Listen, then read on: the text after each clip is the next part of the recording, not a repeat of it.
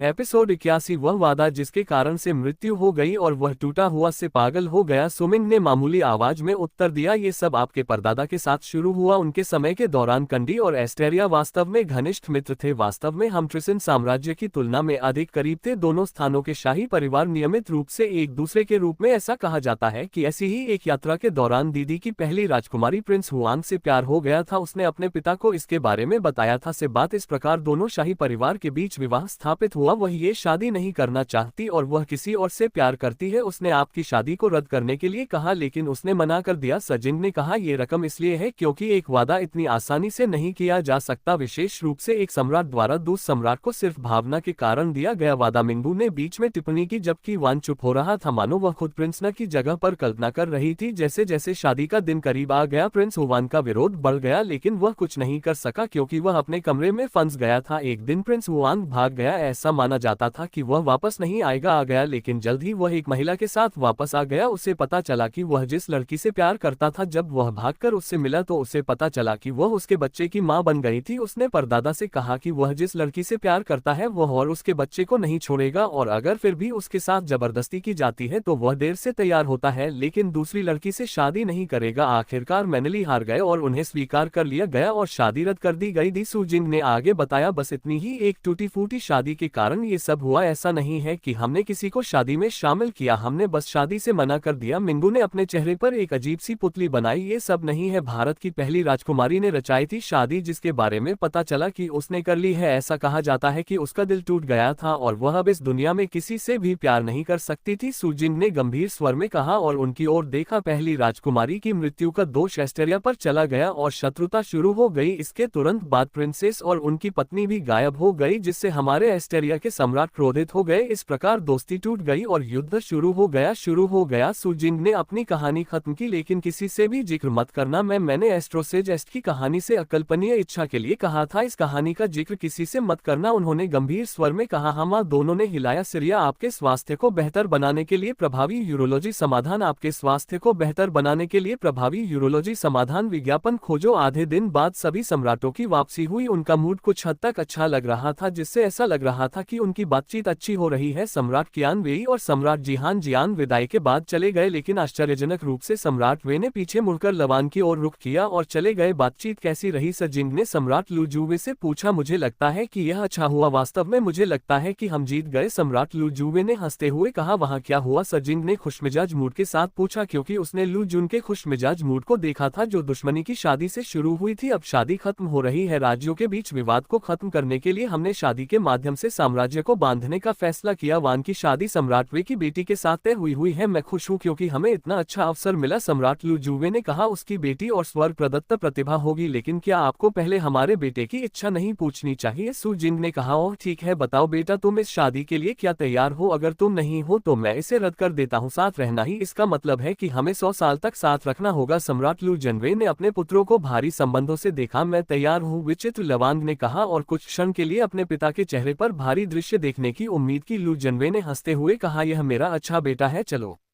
Architecture, ये पिता और पुत्र के लिए पुरुषों की तरह शराब पीने का समय है। सम्राट लुजनवे ने लू वान का हाथ पकड़े हुए हॉल से बाहर की ओर रुख करते हुए कहा। वे देर रात तक शराब पीते रहे और फिर अपने सक्शिया में व्यापारी चले गए। सुबह हुई, वांग अपनी हवेली से बाहर निकले और शहर से होते हुए एक छोटी सी दवा की दुकान में पहुंचे। तुम यहाँ हो? लू वान की दुकान में प्रवेश करते ही एक महिला की आवाज सुनाई दी। दुकान बिल्कुल खाली थी जैसा कि ज्यादातर दिनों में होता है क्योंकि वहाँ सिर्फ वे दोनों ही थे। मैं शादी कर रहा हूँ, लू वांग ने मामूली बात में कहा। किससे? लड़की ने नीचे देखते हुए पूछा कि आंधी की प्रिंसेस, लू वांग ने उत्तर दिया लेकिन उनका नका टूटती लग रही थी। ओह, मैं प्रिंस वान को एक खुशहाल शादी की शुभकामनाएं देता हूं। क्या आप मुझे चुप रहने के लिए देखने आए हैं कि डेट नहीं है? वैसे ही हमारी पसंद का आपके लिए कोई मतलब नहीं है लेकिन यह मेरे लिए सब कुछ है। मुझे पता है कि मैं आपके पास नहीं रह सकती लेकिन मैं इन अनमोल यादों को सिर्फ अपने पास रख सकती हूँ, लड़की ने कहा। मझोले आवाज में कहा, ऐसा नहीं है, मेरे पास कोई विकल्प नहीं है, प्रिंस वांग ने कहा और उसका थोड़ा सा नाम हो गया। लड़की उसकी आंखों में देखने लगी और उसकी आंखें भी उल्टी उल्टी हो गई। ठीक है, जो करना है करो, बस ये सोचो कि हम मेरे लिए बने ही नहीं थे। तुम अब क्या कर सकते हो? अब समय हो गया है कि मैं दुकान बंद कर दूं, लड़की ने नीचे देखते हुए कहा। प्रिंस वान भारी कदमों से बाहर की ओर मुड़े। पीछे से आवाज आई। उन्होंने पीछे मुड़ कर देखा तो लड़की काउंटर के पीछे उल्टी कर रही थी। प्रिंस वान भारी कदमों से बाहर की ओर मुड़े, लेकिन अचानक पीछे से आवाज आई। उन्होंने पीछे मुड़कर देखा तो लड़की काउंटर के पीछे उल्टी कर रही थी। जी आए, राजकुमार वांग चिल्लाया और लड़की की ओर दौड़ा। मैं ठीक हूँ, कुछ नहीं हुआ, मैंने शायद कुछ गलत खा लिया था जिससे मेरी तबीयत खराब हो गई। राजकुमार वांग को मेरी चिंता करने की कोई जरूरत नहीं है, लड़की ने कुछ हद तक होश में आने के बाद राजकुमार को रोकते हुए कहा। राजकुमार वांग चुपचाप उसे देखता रहा और अपनी जगह पर रुक गया। लड़की ने दरवाजा बंद करके अपने कमरे में वापस चली गई। राजकुमार चुपचाप दरवाजे की ओर देखता रहा। जल्द ही वह वापस मुड़ा और चला गया। जैसे ही राजकुमार चला गया, लड़की ने दरवाजा खोल दिया और बाहर की ओर देखने लगी। राजकुमार वांग अपने महल की ओर लौटने से पहले भीड़ भरे शहर में घूमते रहे। तुम कहाँ चले गए थे? मैं तुम्हें चारों तरफ ढूंढ रही थी। सूरजिन ने गलियारे में लवान को देखा और पूछा, क्या हुआ माँ, तुम मुझे क्यों ढूंढ रही थी? उसने मुस्कुराते हुए पूछा, तुम्हें एक खुशखबरी देनी है, ये तुम्हारी शादी के बारे में है। तारीख तय हो गई है, शादी अगले हफ्ते है। सूरजिन ने लू वान को सूचित किया। क्या शादी के लिए? यह बहुत जल्दी नहीं है। हर कोई इतनी जल्दी में क्यों है? लू वांग ने अपने चेहरे पर स्तब्ध भाव के साथ पूछा। ये प्रस्ताव की अदी के सम्राट की ओर से आया है। शायद वे अभी भी अतीत के आघात से उबर नहीं पाए हैं। वे चिंतित है कि अगर आपको बहुत अधिक समय दिया गया तो आप किसी और के प्यार में पड़ सकती है और भाग भी सकती है। सजिंग ने लू वांग से कहा, चलो चले, बहुत सारी खरीदारी करनी है, बहुत सारी सी तैयारियां करनी है, मेरे साथ आओ। सजिंग ने कहा और उसने लू वांग के हाथ पकड़ लिए और उसे अपने साथ खींच लिया कि आंधी साम्राज्य के अंदर एक 1617 साल का लड़का शाही महल के लंबे गलियारों से गुजर रहा था। वह जल्द ही एक बड़े दरवाजे के सामने पहुंच गया और उसे धक्का देकर खोल दिया। दरवाजे के दूसरी तरफ एक बड़ा हॉल था जिसमें एक लड़की अपनी खूबसूरत तलवारबाजी का अभ्यास करती हुई दिखाई दे रही थी। उसकी तलवार का हर वार स्वर्गीय क्यूई से भरा हुआ था जिसमें अपार शक्ति थी। जब वह अपनी गहरी लाल तलवार को एक के बाद एक वार करते हुए घुमाती तो उसके खूबसूरत लाल बाल हवा के साथ उड़ जाते थे। बहन, युवा लड़के ने लड़की को देखते ही कहा। लड़की ने अपना अभ्यास रोक दिया और वापस मुड़ गई। उसका गंभीर रूप एक सुंदर मुस्कान में बदल गया था। तुम यहाँ हो क्या? तुम मेरे साथ अभ्यास करना चाहते हो? वह लड़के की ओर देखते हुए हंसी। में नहीं नहीं नहीं, मैं अपने जीवन से इतना प्यार करता हूँ कि यह निर्णय नहीं ले सकता। लड़के ने एक कदम पीछे हटते हुए अपना सिर दाईं ओर हिलाया। तो फिर तुम यहाँ क्यों हो छोटे भाई? उसने उसकी ओर देखते हुए पूछा। मैं तुमसे तुम्हारी शादी के बारे में बात करने आया हूँ। तारीख तय हो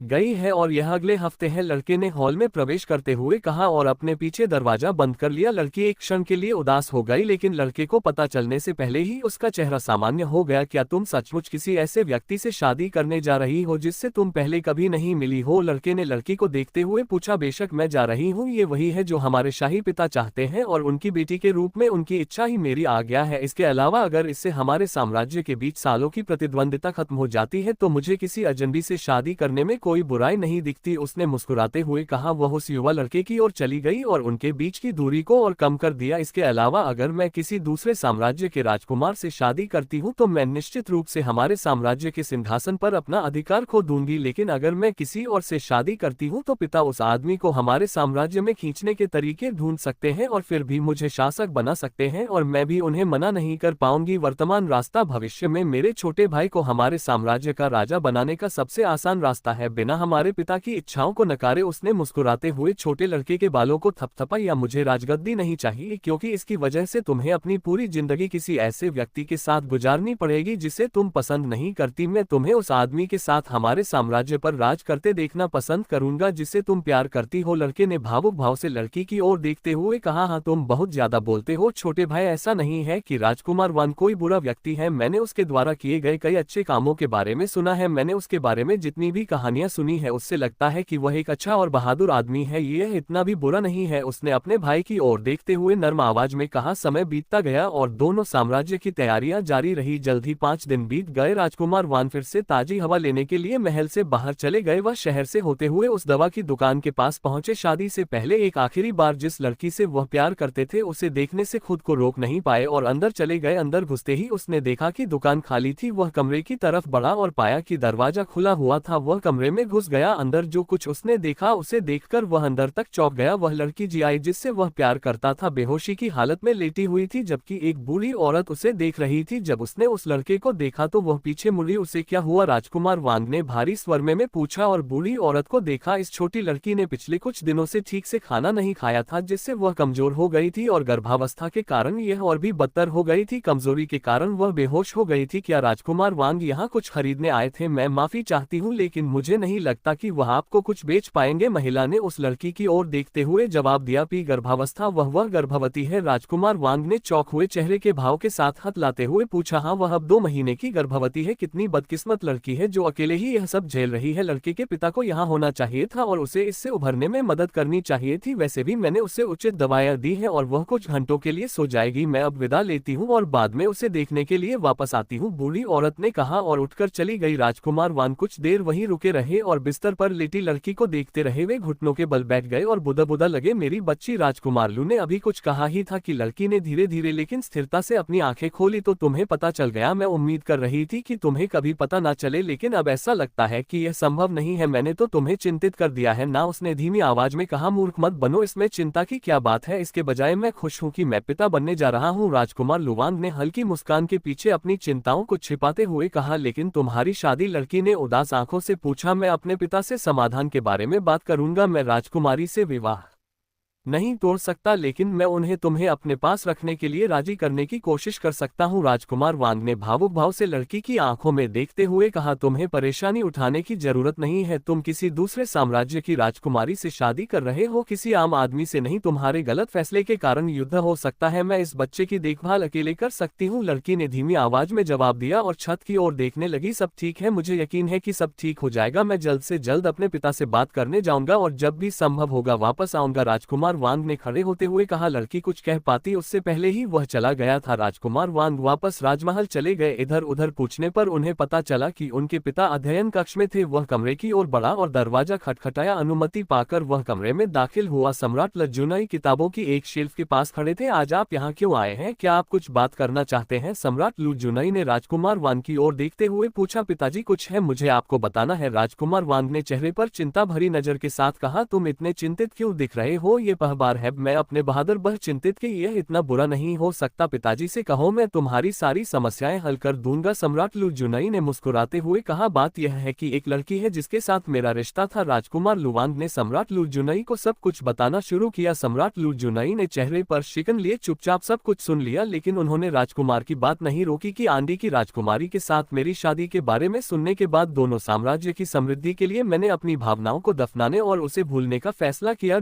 लेकिन आज मुझे गलती से पता चला कि वह मेरे बच्चे की मां बनने वाली है। वह इतनी दयालु लड़की है कि वह मुझे बच्चे के बारे में बताने को तैयार नहीं थी ताकि मैं शांति से दूसरी लड़की से शादी कर सकूं। मैं उस लड़की को ऐसे नहीं छोड़ सकता, खासकर जब वह मेरे बच्चे को जन्म दे रही हो, जबकि मैं खिया की राजकुमारी से अपनी शादी का वादा भी नहीं तोड़ सकता। मैं पिता से मेरी मदद करने की विनती करता हूँ। राजकुमार वांग अपने घुटनों पर गिर पड़े और आंखों में आंसू भरकर सम्राट लू वांग से कहा। सम्राट लू जनवे काफी देर तक स्थिर खड़े रहे और अपने बेटे को घुटनों के बल बैठे हुए देखते रहे। उनके चेहरे पर हैरानी के भाव थे। इतिहास खुद को दोहरा रहा है। सम्राट लू जनवे ने चेहरे पर खाली भाव के साथ कहा। मैं चीजों को उसी राह पर नहीं जाने दूंगा जैसा कि अतीत में हुआ था। उसने चेहरे पर दृढ़ निश्चय के भाव के साथ कहा। मैं एक निर्णय पर पहुंच गया हूं। सम्राट लू जनवे ने भारी स्वर में अपने बेटे की ओर देखते हुए कहा। अब बहुत देर हो चुकी है, तुम उस लड़की से शादी नहीं कर सकते और तुम्हें की आंधी की राजकुमारी से शादी करनी होगी। सम्राट ने आदेश दिया। राजकुमार वांग के आंसू तेजी से गिरने लगे जब उसने अपने पिता की ओर देखा। लेकिन मैं तुम्हें उस लड़की को छोड़ने के लिए मजबूर नहीं कर सकता। मैं तुम्हारे बच्चे को बिना पिता के बड़ा नहीं होने दे सकता। तुम उससे शादी नहीं कर सकते, लेकिन अगर तुम चाहो तो उसके साथ अपना रिश्ता बनाए रख सकते हो। जब तक ये रिश्ता दिन की रोशनी में नहीं आता तब तक सब कुछ ठीक है। जब बच्चा बड़ा हो जाएगा तो हम तुम्हें उसे गोद लेने के लिए मजबूर कर सकते हैं। ये लड़की के लिए न्याय नहीं हो सकता, लेकिन ये सभी के लिए सबसे अच्छा निर्णय है। सम्राट लू जनवेरी ने भारी स्वर में कहा। यह मैं पिताजी के निर्णय से सहमत हूँ। राजकुमार वांग ने अपना सिर नीचे करते हुए कहा। लेकिन जब तक राजकुमारी से आपकी शादी नहीं हो जाती तब तक आप लड़की से मिलने नहीं जा सकते या उससे कोई संपर्क नहीं रख सकते। यह आदेश है, आप अब जा सकते हैं। सम्राट लू जुनई ने राजकुमार की ओर पीठ करते हुए कहा। राजकुमार वांग उठकर कमरे से बाहर चले गए। मैं माफी चाहता हूँ बेटा, लेकिन एक सम्राट के तौर पर मैं अभी यही सबसे अच्छा फैसला ले सकता हूँ। अगर यह पहले होता तो मैं ये कहकर शादी रद्द कर सकता था कि तुम सहमत नहीं हो, लेकिन अब बहुत देर हो चुकी है, ये शादी होनी ही चाहिए। राजकुमार वांग के जाने के बाद सम्राट लू जुनई ने धीमी आवाज में कहा। राजकुमार वांग अपने पिता के आदेश का पालन करते हुए अपने कमरे में ही रहे, फिर भी उन्होंने लड़की को एक पत्र लिखकर सब कुछ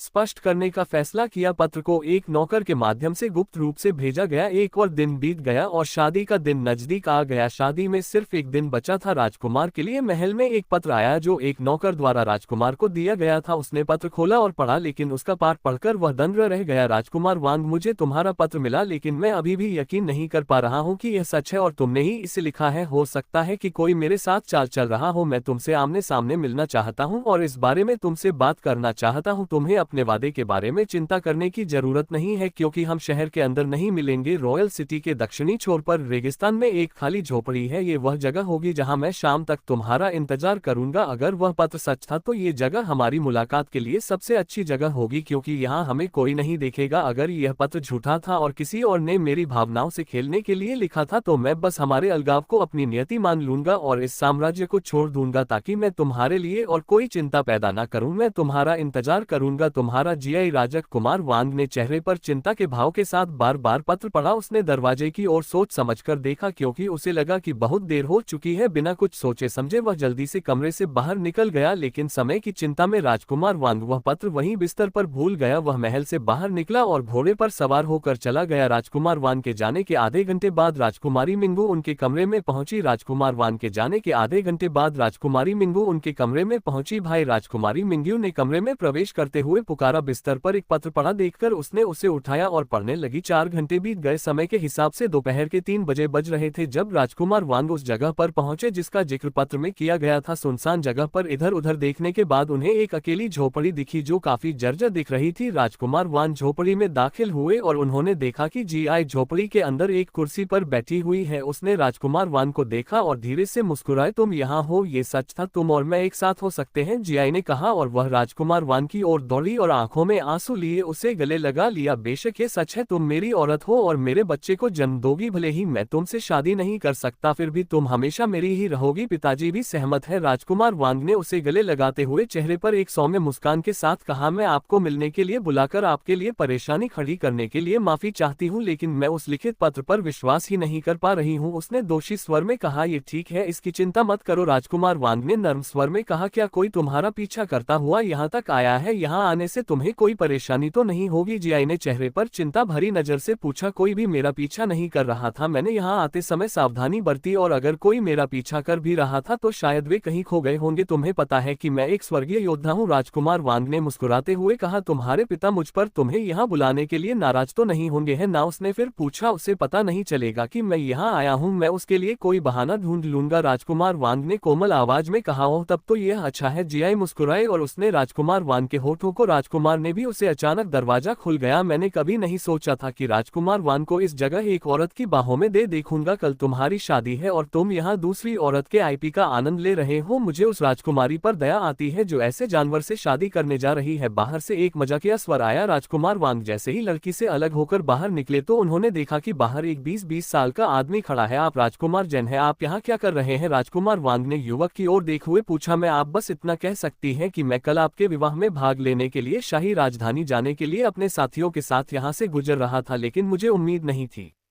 कि मैं आपको यहाँ देख पाऊंगा। राजकुमार जैन ने मुस्कुराते हुए कहा, क्या आप इस बारे में किसी को नहीं बता सकते? राजकुमार वांग ने चेहरे पर व्यंग्यात्मक मुस्कान के साथ पूछा, आपको अपने छोटे से प्रेम संबंध के बारे में किसी को पता चलने की चिंता करने की आवश्यकता नहीं है, राजकुमार जैन ने कहा। लेकिन राजकुमार वांग के मुस्कुराने से पहले ही उन्होंने अपनी बात जारी रखी, क्योंकि आपके लिए चिंता करने के लिए और भी कई महत्वपूर्ण चीजें हैं। राजकुमार वांग ने आगे कहा, आप किस बारे में बात कर रहे हैं? राजकुमार वांग ने चेहरे पर गंभीर भाव के साथ पूछा, उदाहरण के लिए तुम्हारा जीवन मुझे धोखेबाज धोखेबाज पसंद नहीं है, इसलिए तू आज मर जाओगे। राजकुमार जैन ने मुस्कुराते हुए कहा, क्या तुम मुझे बच्चा समझते हो? मुझे असली कारण बताओ। लू वांग ने राजकुमार जैन को देखते हुए पूछा, क्या मुझे एक मृत व्यक्ति के साथ कारणों के बारे में बात करने की जरूरत है? राजकुमार जैन ने लुवांग से कहा, तुम्हारा ट्रिसिन साम्राज्य और मेरा एस्टेरिया साम्राज्य मित्र है, तुम मुझे क्यों मारना चाहते हो? राजकुमार वांग ने चेहरे पर हल्की मुस्कान के साथ पूछा, आपको ये जानने की आवश्यकता नहीं है। राजकुमार जैन ने उत्तर दिया, अच्छा क्या तुम सच में सोचते हो कि तुम मुझे मार सकते हो? क्या तुम भूल रहे हो कि मैं तुमसे कहीं ज्यादा ताकतवर हूँ? राजकुमार वांग ने मुस्कुराते हुए पूछा, मैं कुछ भी नहीं भूल रहा हूँ, लेकिन शायद तुम ही कुछ भूल रहे हो। क्या तुम भूल गए कि मैंने अपने साथियों का जिक्र किया था? राजकुमार जैन ने चेहरे पर व्यंग्यात्मक भाव लाते हुए कहा। राजकुमार वांग उस समय दंग रह गए जब उन्होंने दो मध्यम आयु वर्ग के व्यक्तियों को राजकुमार जैन के चारों ओर आते देखा। पीक हेवन रियल योद्धाओं, आपका मजाक बहुत आगे जा रहा है। राजकुमार जैन, राजकुमार वांग ने चेहरे पर गंभीर भाव के साथ उनकी ओर देखा, मैं मजाक नहीं कर रहा हूँ राजकुमार वांग, आज तुम्हारा आखिरी दिन होगा। राजकुमार जैन ने मुस्कुराते हुए कहा, मैं तुम्हें हरा तो नहीं सकता, लेकिन तुम्हारे दो अनुयायी भी मुझे भागने से नहीं रोक सकते। राजकुमार वांग ने जियाई को अपने करीब खींचते हुए राजकुमार जैन से कहा, लेकिन उसके हाव भाव जल्दी ही बदल गए, उसके चेहरे पर अविश्वास साफ झलक रहा था। क्या हुआ? क्या आप अपनी शक्तियों का उपयोग नहीं कर सकते? राजकुमार जैन ने लू वांग को देखते हुए हंसते हुए कहा, क्यों? राजकुमार वांग ने चेहरे पर उदासी भरी मुस्कान के साथ अपने पास खड़ी लड़की की ओर देखा, क्यों नहीं, उसने अभी अभी वह मिशन पूरा किया है जो उसे बहुत पहले सौंपा गया था। राजकुमार जैन ने मुस्कुराते हुए कहा, मिशन? राजकुमार वांग ने राजकुमार जैन की ओर देखे बिना पूछा, एस्टेरिया और किंडी के बीच युद्ध को और तीव्र करने के लिए, जैसा कि हमने दशकों पहले किया था। मुझे विश्वास नहीं हो रहा है कि एक ही योजना दो बार काम कर गई, ऐसा लगता है कि परिवार में मूर्खता चलती है। राजकुमार जैन हंसने लगा और लड़की की ओर बढ़ा, लेकिन हमारा बच्चा? राजकुमार वांग ने गीली आंखों से पूछा, कोई बच्चा नहीं है, वो गर्भवती नहीं है। पास से एक महिला की आवाज आई। राजकुमार वांग ने इधर उधर देखा और वहां एक बूढ़ी औरत खड़ी हुई थी। यह वही महिला थी जिसने राजकुमार वांग को गर्भावस्था के बारे में बताया था। ये सब एक जाल था। लू वांग अपने चेहरे पर पराजित भावली घुटनों के बल गिर पड़ा। राजकुमार वांग अपनी शादी से ठीक पहले जिस लड़की से प्यार करता था उसके साथ भाग गया और हमेशा के लिए गायब हो गया। राजकुमार वांग की वजह से ट्रिसिन के उन दोनों के बीच शांति स्थापित करने के सभी प्रयास व्यर्थ हो गए। गुस्से में कि आंडी साम्राज्य ने अपनी पूरी ताकत से एस्टेरिया पर हमला कर दिया, जिससे दोनों साम्राज्य कमजोर हो गए। जैसे ही दोनों साम्राज्य ने अपनी ताकत खो दी, ट्रिसिन ने युद्ध को समाप्त करने के नाम पर बिना किसी प्रयास के दोनों साम्राज्य पर कब्जा कर लिया। ये सब इसलिए हुआ क्योंकि राजकुमार लुवांग ने अपना साम्राज्य छोड़ दिया। भविष्य की इतिहास की किताबें यही कहेंगी, यह एक अच्छी कहानी है ना? राजकुमार जैन ने लुवांग से कहा जब वह उसके पास खड़ा था। लुवांग ने राजकुमार जैन की ओर देखा, लेकिन इससे पहले कि वह जवाब दे पाता उसकी आंखें चौड़ी हो गई क्योंकि एक खंजर उसके दिल में घुस गया। उसने चारों ओर देखा तो पाया कि जियाए उससे मुस्कुराहट के साथ देख रही थी। राजकुमार वांग ने कुछ कहने के लिए अपना मुंह खोला, लेकिन उसके मुंह से केवल रक्त निकला। जल्द ही वह जमीन पर गिर गया। राजकुमार जैन ने अपने पास खड़े आदमी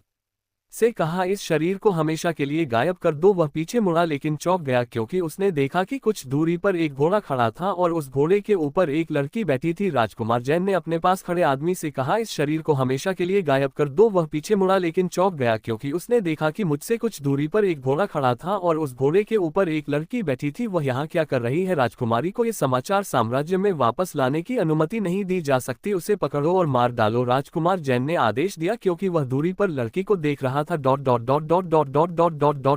विश्वास नहीं होता कि भाई का कोई गुप्त प्रेमी है। उसने मुझे बताया भी नहीं। मुझे देखना चाहिए कि मेरी गुप्त भाभी कैसी दिखती है। बिना किसी को बताए चुपके से बाहर निकलना परेशानी के लायक है। मैं अपने भाई को अपनी जिज्ञासा के कारण पकड़े जाने नहीं दे सकती। राजकुमारी मिंगू ने बड़बड़ा हुए कहा और अपने घोड़े को साम्राज्य के दक्षिणी छोर की ओर ले गई। वह उस स्थान के निकट पहुंच गई जिसका उल्लेख पत्र में किया गया था। फिर भी आगे का दृश्य देखकर वह अपना घोड़ा रोकने से खुद को नहीं रोक सकी। उसने देखा कि उसका भाई घुटनों के बल बैठा है और उसके दिल में खंजर है और कुछ लोग उससे घिरे हुए हैं। उसने उनमें से एक को टिशियन साम्राज्य के राजकुमार पेजन के रूप में पहचाना। वह अपने भाई को बचाने के लिए जल्दी से आगे बढ़ना चाहती थी, लेकिन उसका भाई जमीन पर गिर गया। इससे पहले कि वह कुछ सोच पाती, उसने देखा कि दो अधेड़ उम्र के आदमी उसकी ओर उड़ रहे हैं। उसने जल्दी से अपने घोड़े को पीछे मोड़ा और विपरीत दिशा में चलना शुरू कर दिया। घोड़ा जितनी तेजी से हो सकता था सर पर दौड़ने लगा। हालांकि यह एक पृथ्वी लोक का जानवर था, फिर भी इसकी गति स्वर्गीय लोक के साधकों की गति की तुलना में कम थी। जैसे जैसे वे अधिक दूरी तय करते गए उनके बीच की दूरी कम होती गई। मैं पकड़े जाने से पहले शहर के फाटकों तक वापस नहीं पहुंच सकती। अगर यह इसी तरह चलता रहा तो मैं पकड़ी जाऊंगी। लड़की ने अपने चेहरे पर चिंता के भाव के साथ कहा। वह बार बार अपने और उसका पीछा कर रहे लोगों के बीच घटती दूरी को देख रही थी। वह आगे की ओर देखते हुए बचने का कोई उपाय सोचने लगी, लेकिन अचानक उसकी नजर एक व्यक्ति पर पड़ी। वह व्यक्ति पूरी तरह से काले कपड़े पहने हुए था और उसका चेहरा एक मुखौटे से ढका हुआ था जिसने उसके चेहरे को पूरी तरह से ढक रखा था। उसके मुखौटे का ऊपरी आधा हिस्सा और उसकी आंखें एक बड़ी टोपी की वजह से छिपी हुई थी। लड़की ने देखा कि वह आदमी असामान्य लग रहा था। हालांकि उसमें कोई साधना नहीं थी, लेकिन उस आदमी के चारों ओर एक असामान्य आभा थी जो उसे ऐसा महसूस कराती थी कि वह एक ऐसा व्यक्ति है जिसे कभी भी नाराज नहीं किया जाना चाहिए। इसके अलावा वह उसकी साधना नहीं देख सकती थी और उसने यह मानना चुना कि ऐसा इसलिए था क्योंकि उसके पास उससे कहीं ज्यादा साधना थी। उसे लगा कि वह उसके पीछे चल रहे लोगों से ज्यादा ताकतवर था। उसके पास विश्वास करने के अलावा कोई विकल्प नहीं था, क्योंकि अगर वह मजबूत नहीं था तो वह अगले 5 मिनट में मर चुकी थी। राजकुमारी मिंग्यू ने अपना घोड़ा उस रहस्यमय आदमी की दिशा में मोड़ दिया। जैसे ही वह उसके पास पहुंची, उसने अपना घोड़ा रोक दिया और जल्दी से घोड़े से नीचे कूद गई। सर, कृपया मेरी मदद करें, राजकुमारी मिंगू ने उस आदमी के सामने घुटनों के बल बैठते हुए कहा। काले कपड़े पहने आदमी ने लड़की को देखा और अचानक रुक गया। लड़की को आखिरकार उस आदमी की आंखें दिखी, लेकिन वह दंग रह गई क्योंकि उसकी आंखें पूरी तरह से लाल थी। उसकी आंखों को देखकर उसे डर लगा, लेकिन उसने हिम्मत करना चुना। तुम वहां उस लड़की को पीछे छोड़ दो और भाग जाओ, नहीं तो हमें तुम्हें भी मारना पड़ेगा। राजकुमार जैन के 2 अनुयायी भी वहां पहुंच गए और उनसे कुछ दूरी पर खड़े हो गए, जबकि उनमें से एक ने काले कपड़े वाले आदमी से कहा। उस आदमी ने उस व्यक्ति की तरफ देखा जिसने अभी अभी बात की थी। जैसे ही काले कपड़े वाले आदमी की नजर उस व्यक्ति पर पड़ी, उस व्यक्ति को कुछ अजीब सा महसूस हुआ, लेकिन उसने इसे नजरअंदाज करने का फैसला किया। मैं तुम्हें चेतावनी दे रहा हूं, अगर तुम नहीं गए तो मैं तुम्हें मार डालूंगा, आदमी ने फिर काले कपड़े वाले आदमी से कहा। काले कपड़े पहने आदमी ने अपना हाथ आगे बढ़ाया और अपने अंगूठे और तर्जनी को पास लाया। उसने अपनी उंगलियां चटकाई। जैसे ही चटका या उस आदमी के साथ सामने एक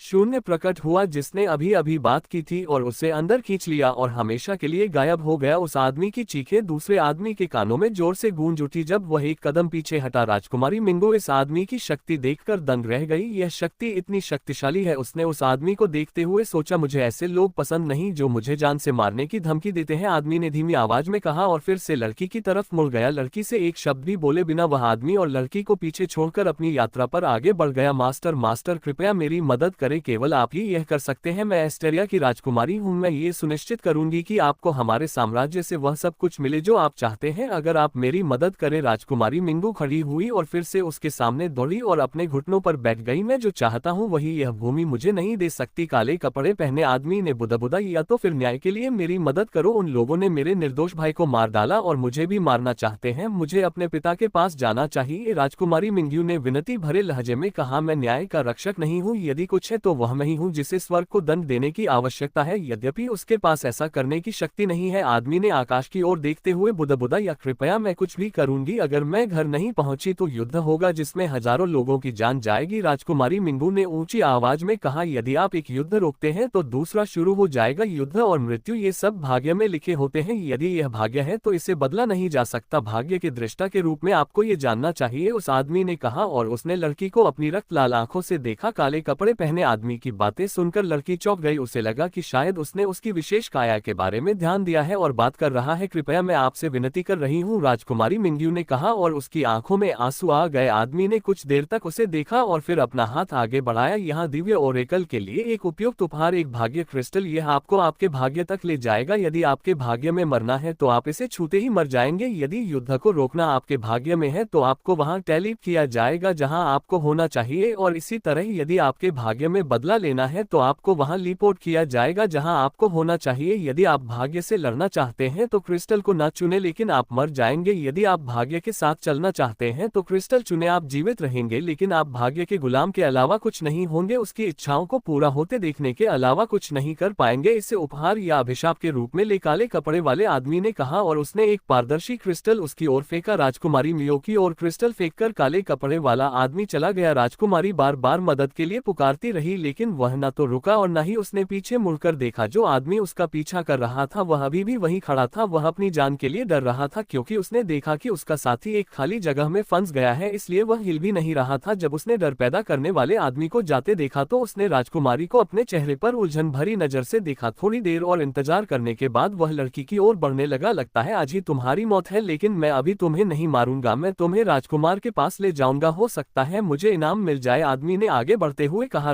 राजकुमारी ने उस आदमी को अपनी ओर बढ़ते देखा और कोई दूसरा विकल्प न पाकर क्रिस्टल का इस्तेमाल करने का फैसला किया। आदमी ने उसे क्रिस्टल की ओर बढ़ते देखा और उसके हाव भाव बदल गए। उसने आदमी की बातें सुनी थी और उसने कल्पना भी नहीं की थी कि वह एक अनजान क्रिस्टल का इस्तेमाल करने का जोखिम उठाएगी। जैसे ही उसने उसे क्रिस्टल की ओर बढ़ते देखा, उसने वहां पहुंचने से पहले ही उसे मार डालने का फैसला कर लिया। उसने तलवार घुमाते हुए राजकुमारी पर हमला किया। प्रकाश की एक किरण तेजी से राजकुमारी की ओर बढ़ी। जैसे ही राजकुमारी ने क्रिस्टल को छुआ, तलवार का वार उसे छू गया। पलक झपकते ही वह गायब हो गई और वार सल हो गया। उनसे दूर काले कपड़े वाला आदमी खड़ा था और लड़की की दिशा में देख रहा था। जैसे ही राजकुमारी मिंगू ने क्रिस्टल को छुआ, उसने निराशा से अपना सिर हिला दिया। लगता है तुमने गुलाम बनना चुना है, उसने अपनी रक्त लाल आंखें बंद करते हुए कहा। उसने हाथ हिलाया तो उसके सामने एक द्वार प्रकट हुआ। वह अंदर गया और गायब हो गया। जैसे ही वह द्वार के अंदर दाखिल हुआ, उस आदमी के पीछे एक और शून्य प्रकट हुआ जिसने राजकुमारी मिंगू पर हमला किया था और अपनी चीख के बीच उसे अंदर खींच लिया था। अल्पविराम दक्ष शुई और हुआजियाई साम्राज्य की सीमा के बीच के जंगल से होकर गुजर रहा था ताकि वह हुआजियाई साम्राज्य के अंदर स्थित थंडर शहर तक पहुंच सके। उसने अपना मुखौटा उतार दिया था और बिना अपना चेहरा छिपाए यात्रा कर रहा था। उसने स्वर्ग के कफन का प्रभाव भी हटा दिया था जिससे उसकी साधना को फिर से देखना असंभव हो गया था। जैसा कि पहले था, ये घोड़ा बहुत तेज है। दुर्भाग्य से यह उस घोड़े जितना तेज नहीं है जो मेरे पास ट्रायल वर्ल्ड में था। फिर भी यह अच्छा है क्योंकि इससे थंडर के शहर तक पहुंचने में लगने वाला समय कम हो जाएगा। दक्ष ने घोड़े पर यात्रा करते हुए कहा और उसके चेहरे पर तेज बहती हवा का एहसास हुआ। दहाड़ पास से एक आवाज आई जिसने दक्ष का ध्यान आकर्षित किया। हाँ, ये कोई जानवर ही होगा। आखिरकार मुझे किसी लड़ाई के माध्यम से अपने कौशल को निखारने का अवसर मिला। मुझे उम्मीद है कि यह एक मजबूत जानवर होगा, दक्ष ने मुस्कुराते हुए कहा और उसने अपने घोड़े को उस जगह की ओर मोड़ दिया जहां से आवाज आ रही थी। कुछ ही देर बाद वह उस स्थान पर पहुंचा और वहां उसे एक जानवर दिखाई दिया, एक शिखर स्वर्ण क्षेत्र बख्तरबंद गेल टाइगर। अच्छा, दक्ष ने जानवर को देखते ही बड़बड़ा। ये बाघ जैसा दिख रहा था लेकिन उसके पास एक सींग और हरी त्वचा थी। इसकी त्वचा के चारों ओर की हवा आसपास की तुलना में बहुत सघन लग रही थी, जो हवा के कवच जैसा कुछ बना रही थी। एक लड़की, दक्ष ने आश्चर्य से कहा जब उसने आर्मर्ड गेल टाइगर को एक निश्चित दिशा की ओर बढ़ते देखा। हालांकि वह कुछ धीमी गति से और सावधानी से चल रहा था। दक्ष ने आर्मर्ड गेल टाइगर से कुछ दूरी पर जमीन पर एक लड़की को लेटा हुआ देखा। अधिक देर तक इंतजार किए बिना वह अपने घोड़े से कूद पड़ा और अपनी चाल कौशल का उपयोग करते हुए लड़की और बख्तरबंद गेल टाइगर के बीच आ गया। क्या तुम ही हो जिसने उसे बेहोश किया? दक्ष ने बड़बड़ाते हुए कहा जब उसने लड़की को आंखें बंद करके पीठ के बल लेटा हुआ देखा। अल्पविराम कोई बात नहीं, दक्ष ने बड़बड़ा हुए कहा जब वह अपने स्टोरेज रिंग से अपना माउंटेन डिस्ट्रॉयर कर आर्मर्ड गेल टाइगर की ओर बढ़ा। आर्मर्ड गेल टाइगर ने अप्रत्याशित रूप से दक्ष की गति से मुकाबला किया और दक्ष को चकमा दे दिया जैसा कि अपेक्षित था। मुझे अपने मूवमेंट कौशल को भी अपग्रेड करना होगा। पुराना वाला आजकल मेरी मदद करने के लिए बहुत कमजोर है। मुझे थंडर सिटी में अपनी गति बढ़ाने के लिए अर्थली मोनाक इफेक्ट भी सीखना होगा, दक्ष ने धीरे से कहा। उसने अपनी तलवार को खाली जगह पर अपनी पीठ की ओर घुमाया लेकिन आर्मर्ड गेल टाइगर उस जगह पर अचानक प्रकट हो गया और तलवार से मारा गया। बख्तरबंद गेल टाइगर अपनी पीठ पर घाव के साथ जमीन पर गिर पड़ा। हालांकि घाव से रक्त बह रहा था लेकिन यह एक छोटा घाव था क्योंकि उसके वायु कवच ने दक्ष के आकस्मिक हमले के प्रभाव को कम कर दिया था। इससे पहले कि आर्मर्ड गेल टाइगर खड़ा हो पाता, दक्ष उसके पास आया और अपनी तलवार नीचे की ओर घुमाई। तलवार आर्मर्ड गेल टाइगर में घुस गई और वह जोर से रोने लगा। आर्मर्ड गेल टाइगर से अचानक एक ऊर्जा विस्फोट हुआ जिसमें अत्यधिक मात्रा में विनाशकारी शक्ति थी। दक्ष को लगा कि यह हमला एक सामान्य पीक गोल्ड रियम कल्टेटर को विघटित करने के लिए पर्याप्त होगा। दक्ष की आंखें काली हो गई क्योंकि उसका शरीर खाली जगह से बने कवच जैसी किसी चीज से घिरा हुआ था। ऊर्जा विस्फोट क्षेत्र में फैल गया लेकिन दक्ष को जरा भी चोट पहुंचाए बिना उसके पार निकल गया। हमें की तरह स्पेस बैरियर बहुत उपयोगी है, यह एक अच्छे रक्षात्मक कौशल के रूप में काम करता है, दक्ष ने मुस्कुराते हुए कहा। उसने बख्तरबंद गेल टाइगर की ओर देखा और पाया कि वह पहले ही मर चुका था। यह एक शक्तिशाली और चतुराईपूर्ण अंतिम हमला था। बहुत बुरा हुआ कि तुम्हारा मुकाबला गलत प्रतिद्वंदी से हो गया, दक्ष ने कहा और उसने आर्मर्ड गेल टाइगर के शरीर को अपने स्टोरेज रिम के अंदर डाल दिया। दक्ष मुड़ा और बेहोश लड़की की ओर चला गया। सुंदर, दक्ष ने लड़की को देखते हुए कहा। वह उसके पास गया और घुटनों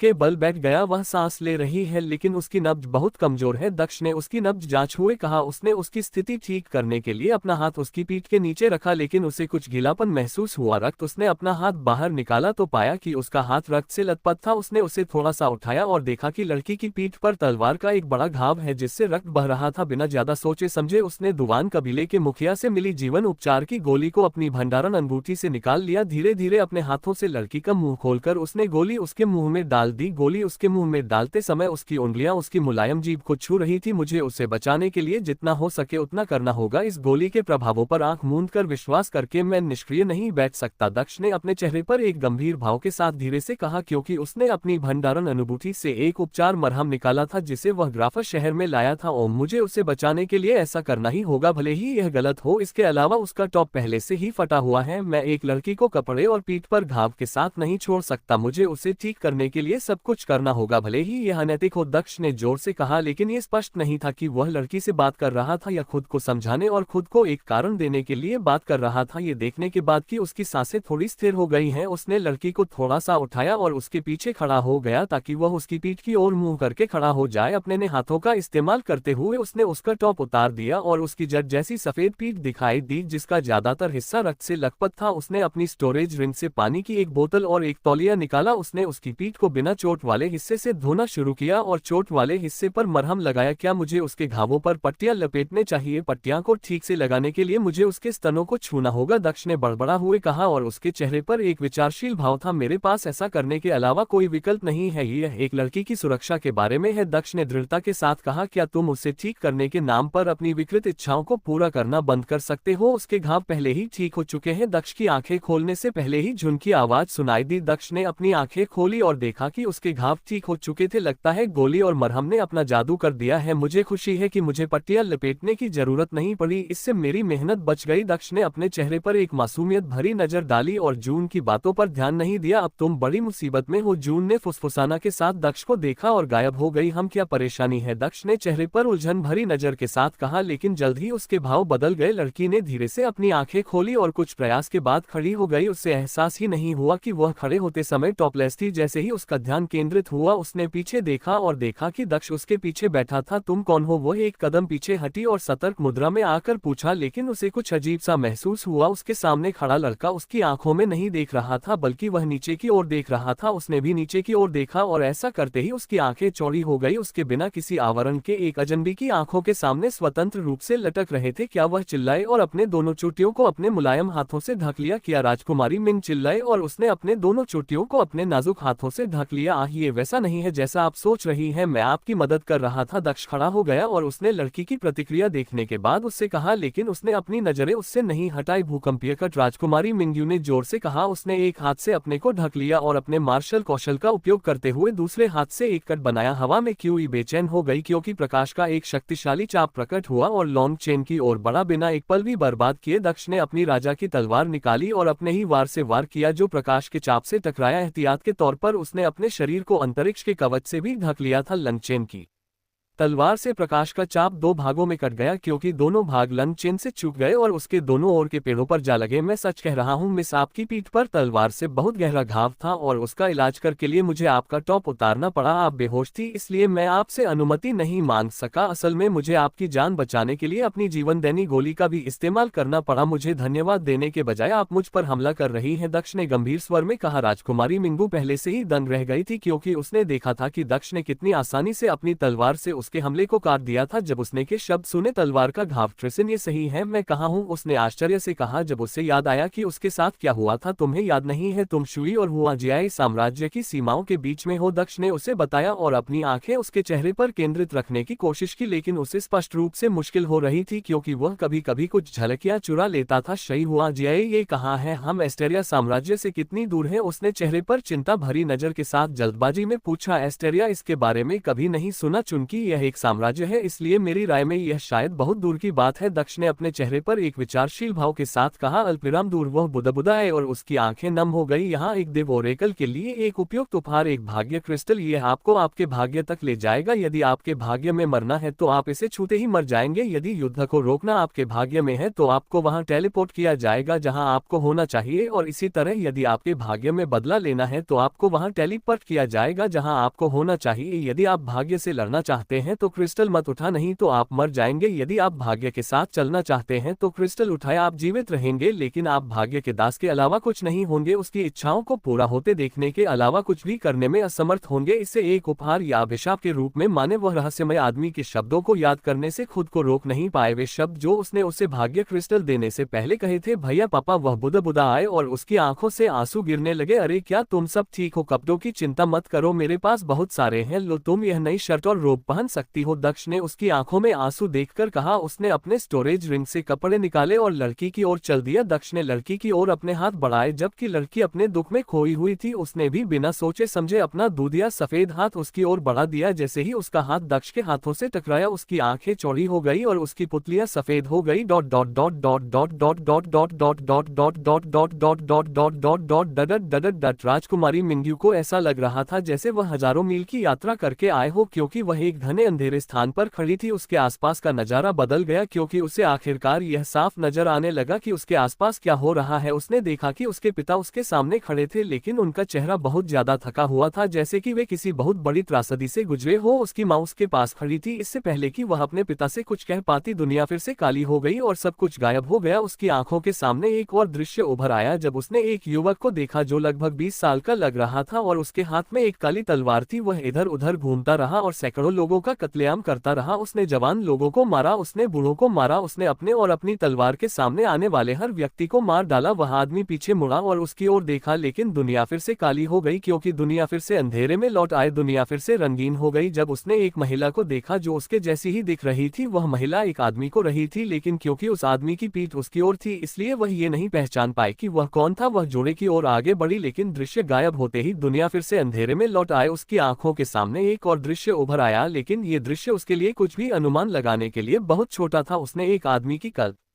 कि वह आदमी उस लड़के का पुराना संस्करण लग रहा था जिससे वह कुछ समय पहले ही मिली थी। वह घुटनों के बल बैठा था और उसकी आंखों से आंसू बह रहे थे। वह लड़का घुटनों के बल बैठकर रोते हुए पराजित दिख रहा था। उसे नहीं पता था कि वह किस बात पर रो रहा था, लेकिन उसे किसी तरह अपने दिल में बहुत दुख महसूस हुआ। वह दृश्य भी गायब हो गया। Dot dot dot dot dot dot dot dot dot dot dot dot dot dot dot dot dot dot. Daksh ने राजकुमारी मिंगू को देखा जो चेहरे पर एक भाव लिए उसी तरह खड़ी रही। उसकी आंखें जल्द ही सामान्य हो गई, लेकिन वह बेहोश होकर गिरने लगी। इससे पहले कि वह जमीन पर गिरती, दक्ष ने उसे अपनी बाहों में जकड़ लिया। उसके हाथों ने फिर से उसकी चिकनी पीठ को छुआ और उसे पकड़ लिया। तुम बेहोश क्यों हो गई? हे भगवान, लगता है मुझे फिर से सज्जन बनना होगा और तो खुद कपड़े पहनाने होंगे। दक्ष ने कुछ ऊंची आवाज में कहा। हाँ ठीक है सज्जन, मुझे ऐसा क्यों लगता है कि आप इस मौके पर खुश हैं? दक्ष के पास आते ही जुन ने चेहरे पर एक मनोरंजक भाव के साथ हंसी। मुझे कोई आपत्ति नहीं होगी यदि आप ऐसा करना चाहे। लंगचेन ने अपने चेहरे पर मुस्कान के साथ कहा। हाँ तुम अच्छी तरह से जानती हो कि मैं उसे छू नहीं सकती, जाओ अपने दिन का आनंद लो। जुन ने चेहरे पर एक शरारती मुस्कान के साथ कहा। दक्ष ने राजकुमारी मिंगू को सुरक्षित तरीके से जमीन पर लिटा दिया और अपनी शर्ट से उसे कपड़े पहनाने लगा। जैसे ही वह बटन बंद कर रहा था, उसकी उंगलियां राजकुमारी मिंगू की चिकनी चोटियों को छू गई। हालांकि उसे यह एहसास अच्छा लगा, लेकिन उसने इस मौके का गलत इस्तेमाल नहीं किया और जितनी जल्दी हो सका उसे कपड़े पहना दिए। उसे तैयार करने के बाद उसने अपने भंडारण रिंग से एक गद्दा निकाला और उसे उसके ऊपर लिटा दिया तथा पास ही में उसके जागने का इंतजार करने लगा। एस्टेरिया एम्पायर, क्या वह वास्तव में किसी साम्राज्य से है? मैंने केवल इस शब्द के बारे में सुना है, लेकिन किसी का नाम नहीं जानता। दक्ष ने अपने चेहरे पर एक विचारशील भाव के साथ धीरे से कहा। साम्राज्य कुछ खास नहीं होते, वे बस एक ऐसी जगह है जहां शक्तिशाली साधक रहते हैं। और क्यों सघन होती है? वे राज्यों पर शासन करते हैं क्योंकि उनके पास ताकत होती है। जून ने दक्ष को देखते हुए कहा। क्या तुम्हें पता है कि एस्टेरिया कहाँ है? चूंकि वह यहाँ है इसलिए वह दूर नहीं हो सकती, लेकिन फिर अगर वह पास में थी तो मैंने एस्टेरिया के बारे में कभी क्यों नहीं सुना? इसका कोई मतलब नहीं है, दक्ष ने धीमी आवाज में कहा और उसने जून की ओर देखा। मुझे कुछ पता नहीं, मैं आपके पुच्छ साम्राज्य के नामों के बारे में नहीं जानता। मेरे पास और भी कई महत्वपूर्ण चीजें हैं जिनके बारे में मुझे जानना चाहिए। जून ने मुस्कुराते हुए उत्तर दिया। तुम कोई मदद नहीं कर रहे हो? दक्ष ने चेहरे पर झुंझलाहट भरी नजर के साथ कहा। हम तुम हमेशा की तरह ही असभ्य हो, जून ने मुंह बनाते हुए कहा। वैसे वह तीसरे चरण की पृथ्वी क्षेत्र की साधक है, आपको उसके आसपास सावधान रहना चाहिए। जून ने दक्ष से कहा। मुझे पता है कि मुझे क्या करना चाहिए, मैं बेवकूफ नहीं हूँ, मैं अपनी जिंदगी के साथ कभी नहीं खेलूंगा। दक्ष दक्ष ने झुन की ओर देखते हुए मुस्कुराते हुए कहा, ओह चिंता मत करो, मुझे पता है कि तुम कितने स्मार्ट हो, मैंने तुम्हारी बहुत सारी हरकतें देखी हैं। दक्ष को देखते हुए झुन ने हंसते हुए कहा, वह जाग रही है। झुन ने अचानक राजकुमारी मिंगू की ओर देखते हुए कहा। दक्ष ने भी उसकी ओर देखा। जल्द ही राजकुमारी लू मिंगू ने अपनी आंखें खोली, वह ऊपर की ओर चल रही है। झुन ने अचानक राजकुमारी मिंगू की ओर देखते हुए कहा। लू मिंगू ने दक्ष की चौकस निगाहों के नीचे धीरे से अपनी आंखें खोली, वह गद्दे पर बैठ गई और दक्ष की ओर देखने लगी, लेकिन समझ नहीं पाई कि उसे देखते हुए उसका दिल इतना दुखी क्यों हो रहा था। शायद उस दृश्य में उसने जो आखिरी दृश्य देखा था उसका असर अभी भी उस पर था। जब मैं उसे देखती हूँ तो मुझे दुख क्यों होता है, क्या यह उन दृश्यों के कारण है जो मैंने देखे हैं। राजकुमारी मिंगू ने गीली आंखों से दक्ष को देखते हुए सोचा, तुम्हें रोने की जरूरत नहीं है, मैं मानता हूँ कि मैंने ही तुम्हें कपड़े पहनाए हैं, लेकिन मैं वादा करता हूँ कि मैंने कुछ भी नहीं छुआ। दक्ष के चेहरे पर एक कड़वी मुस्कान आ गई जब उसने मिंगी की आंखों में आंसू देखे। कपड़े पहने हुए राजकुमारी मिंगू ने बड़बड़ा हुए कहा, क्योंकि उसे याद आया कि उसके सपने आने से पहले वह टॉपलेस थी। उसका चेहरा लाल हो गया और उसने जल्दी से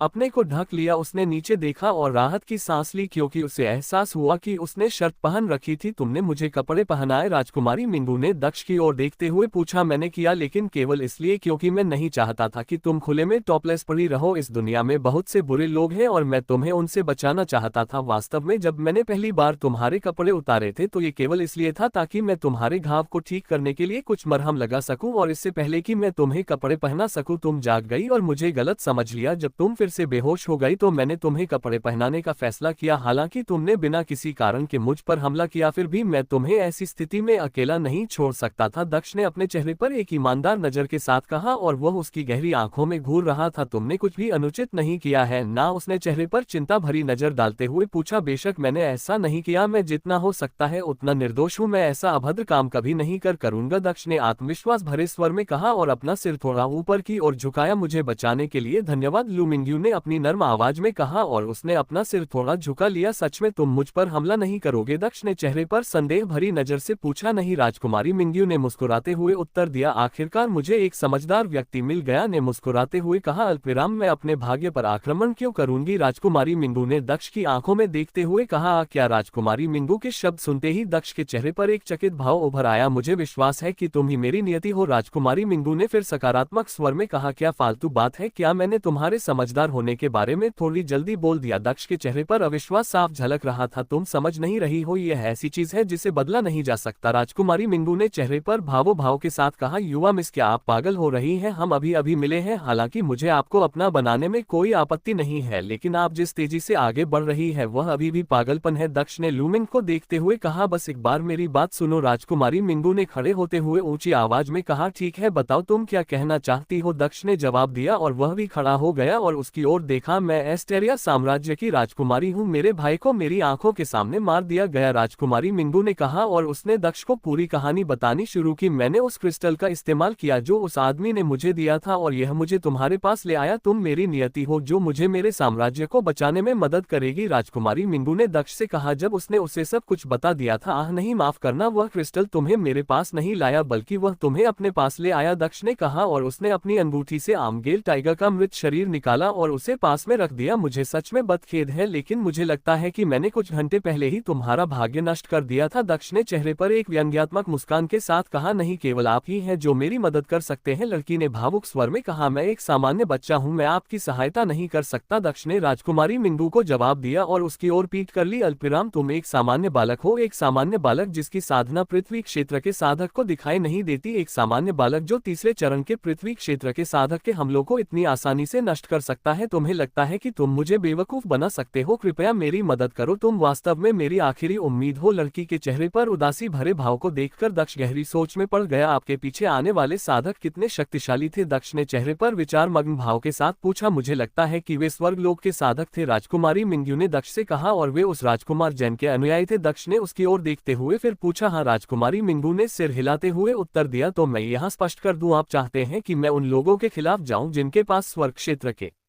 गुर्गे हैं टिशियन के असली शीर्ष साधकों की तो बात ही छोड़िए, उनके गुर्गे भी मुझे 100 बार मारने के लिए पर्याप्त है। दक्ष ने अपने चेहरे पर एक व्यंग्यात्मक मुस्कान के साथ कहा, मैं क्षमा चाहता हूँ लेकिन मैं वास्तव में आपकी मदद नहीं कर सकता। मैं साम्राज्य के युद्धों और षड्यंत्र में मूर्खतापूर्ण कारण से हस्तक्षेप नहीं करूंगा, जैसे कि न्याय की मेरी झूठी भावना। मैं अभी अपना जीवन बर्बाद करने के लिए तैयार नहीं हूँ। मैं कोई नायक नहीं हूँ और मुझे अपना जीवन बहुत पसंद है। दक्ष ने राजकुमारी के अनुरोध को अस्वीकार करते हुए कहा, मुझे पता है कि आप अपनी सुरक्षा के बारे में चिंतित है और आपको होना भी चाहिए। मैं समझ सकती हूँ कि आप स्वर्ग क्षेत्र के साधकों जितने मजबूत नहीं है, लेकिन आप उनसे भी अधिक मजबूत बन सकते हैं। मुझे मेरे महल के बजाय यहाँ एक उद्देश्य के लिए भेजा गया था, जितना मैं ऐसा न कर पाने से घृणा करती हूँ। युद्ध को रोकना मेरे भाग्य में है। मैं केवल इतना कर सकती हूँ कि हताहतों की संख्या को कम करने और अपनी भूमि को टिशियन साम्राज्य के गद्दारों द्वारा कब्जा किए जाने से बचाने की पूरी कोशिश करूँ। राजकुमारी मिंगू ने अपने चेहरे पर उदासी भरी नजर डालते हुए नीचे देखा। दक्ष ने देखा कि उसके सामने खड़ी युवती की आंखों से आंसू बह रहे थे। मैं अभी ऐसा नहीं कर सकता, लेकिन अगर ऐसा कोई दिन आएगा जब मैं इतना मजबूत हो जाऊंगा और अपनी रक्षा को खतरे में डाले बिना ये काम कर सकूंगा, तो मैं आपकी मदद करूंगा, दक्ष ने नर्म आवाज में कहा। और राजकुमारी मिंगू को देखा। मेरे अनुरोध पर सहमत होने के लिए धन्यवाद। राजकुमारी मिंगू ने दक्ष की आंखों में देखते हुए कहा, तुम्हारा अनुमान है कि युद्ध शुरू होने में कितना समय लगेगा? दक्ष ने चेहरे पर गंभीर भाव लाते हुए पूछा, आज जो घटनाएं घटी, मुझे विश्वास है कि अगले कुछ महीनों में युद्ध शुरू हो जाएगा और कुछ वर्षों में इसकी तीव्रता अपने चरम पर पहुंच जाएगी। राजकुमारी मिंगू ने चेहरे पर चिंता के भाव के साथ कहा, हम क्या तुम मुझे एक बात बता सकती हो? दक्ष ने राजकुमारी मिंगू से पूछा। क्या? राजकुमारी मिंगू ने पूछा, क्या तुम उस व्यक्ति से नफरत करती हो जिसने तुम्हें ये क्रिस्टल दिया है? मेरा मतलब है वह आसानी से तुम्हारी मदद कर सकता था, लेकिन उसने तुम इस मुसीबत में डाल दिया। दक्ष ने चेहरे पर जिज्ञासा भरी नजर से पूछा, मैं जानती हूँ कि ऐसा करने के पीछे उसके अपने कारण होंगे और उसने मुझे जीवित रहने में मदद की, लेकिन हाँ, मैं उससे नफरत करती हूँ। मैं उससे बहुत नफरत करती हूँ। राजकुमारी मिंग ने भावुक स्वर में कहा। उसकी आवाज में थोड़ा गुस्सा भी महसूस किया जा सकता था। अल्पविराम मैं जानती हूँ कि ऐसा करने के पीछे उसके अपने कारण रहे होंगे और उसने मुझे जीवित रहने में मदद की, लेकिन हाँ, मैं उससे नफरत करती हूँ। मैं उससे बहुत नफरत करती हूँ। राजकुमारी मिंगू ने भावुक स्वर में कहा और उसकी आवाज में थोड़ा गुस्सा भी महसूस किया जा सकता था। तुम्हें पता है, तुम्हारे चेहरे पर गुस्सा अच्छा नहीं लगता। तुम्हें मुस्कुराना चाहिए क्योंकि इससे तुम्हारी खूबसूरती और अधिक उभर कर आएगी। दक्ष ने विषय बदलते हुए लड़की का मूड हल्का करने के प्रयास में कहा, मुस्कुराओ। राजकुमारी मिंगू ने बड़बड़ा हुए कहा। उसके भाई का मुस्कुराता हुआ चेहरा उसकी आंखों के सामने घूम गया। आंखों से आंसू बहने लगे जब उसे महल में अपने भाई के साथ बिताया आखिरी पल याद आए। वह अपने भाई के साथ उसकी शादी की तैयारी में बिताए पलों को याद करने से खुद को रोक नहीं पाए। हे भगवान, मैंने फिर वही कर दिया। मैं जो कुछ भी कहता हूँ उससे वह रोने लगती है। दक्ष ने रे पर उदासी के भाव के साथ कहा, अतीत अतीत में है, इसके बजाय भविष्य के बारे में सोचो। खुश रहो क्योंकि रोने से कोई कभी मजबूत नहीं बनता। दक्ष ने राजकुमारी मिंगू से कहा, जिसने उसकी बातें सुनकर ऊपर देखा। क्या तुम्हें भूख लग रही है? दक्ष ने मुस्कुराते हुए उससे पूछा। नहीं। राजकुमारी मिंगू ने इनकार करते हुए अपना सिर हिलाया, लेकिन दक्ष ने फिर भी उसकी ओर एक फल फेंका जिसे उसने पकड़ लिया। जल्दी करो और इसे खा लो, मुझे कहीं पहुंचने की जल्दी है, दक्ष ने मिंगू से कहा। और यात्रा के लिए सामान तैयार करने के लिए घोड़े की ओर बढ़ा। अजीब बात है, बहुत अजीब बात है। वह इतनी सुंदर है और मैं उसके साथ इतने निकट संपर्क में रहा हूँ, फिर भी मेरा हृदय राक्षस मुझे परेशान नहीं कर रहा है। दक्ष ने घोड़े के पास खड़े होकर कहा, क्यों? क्या तुम चाहती थी कि यह तुम्हें परेशान करे? तुम्हें अपनी इच्छाओं को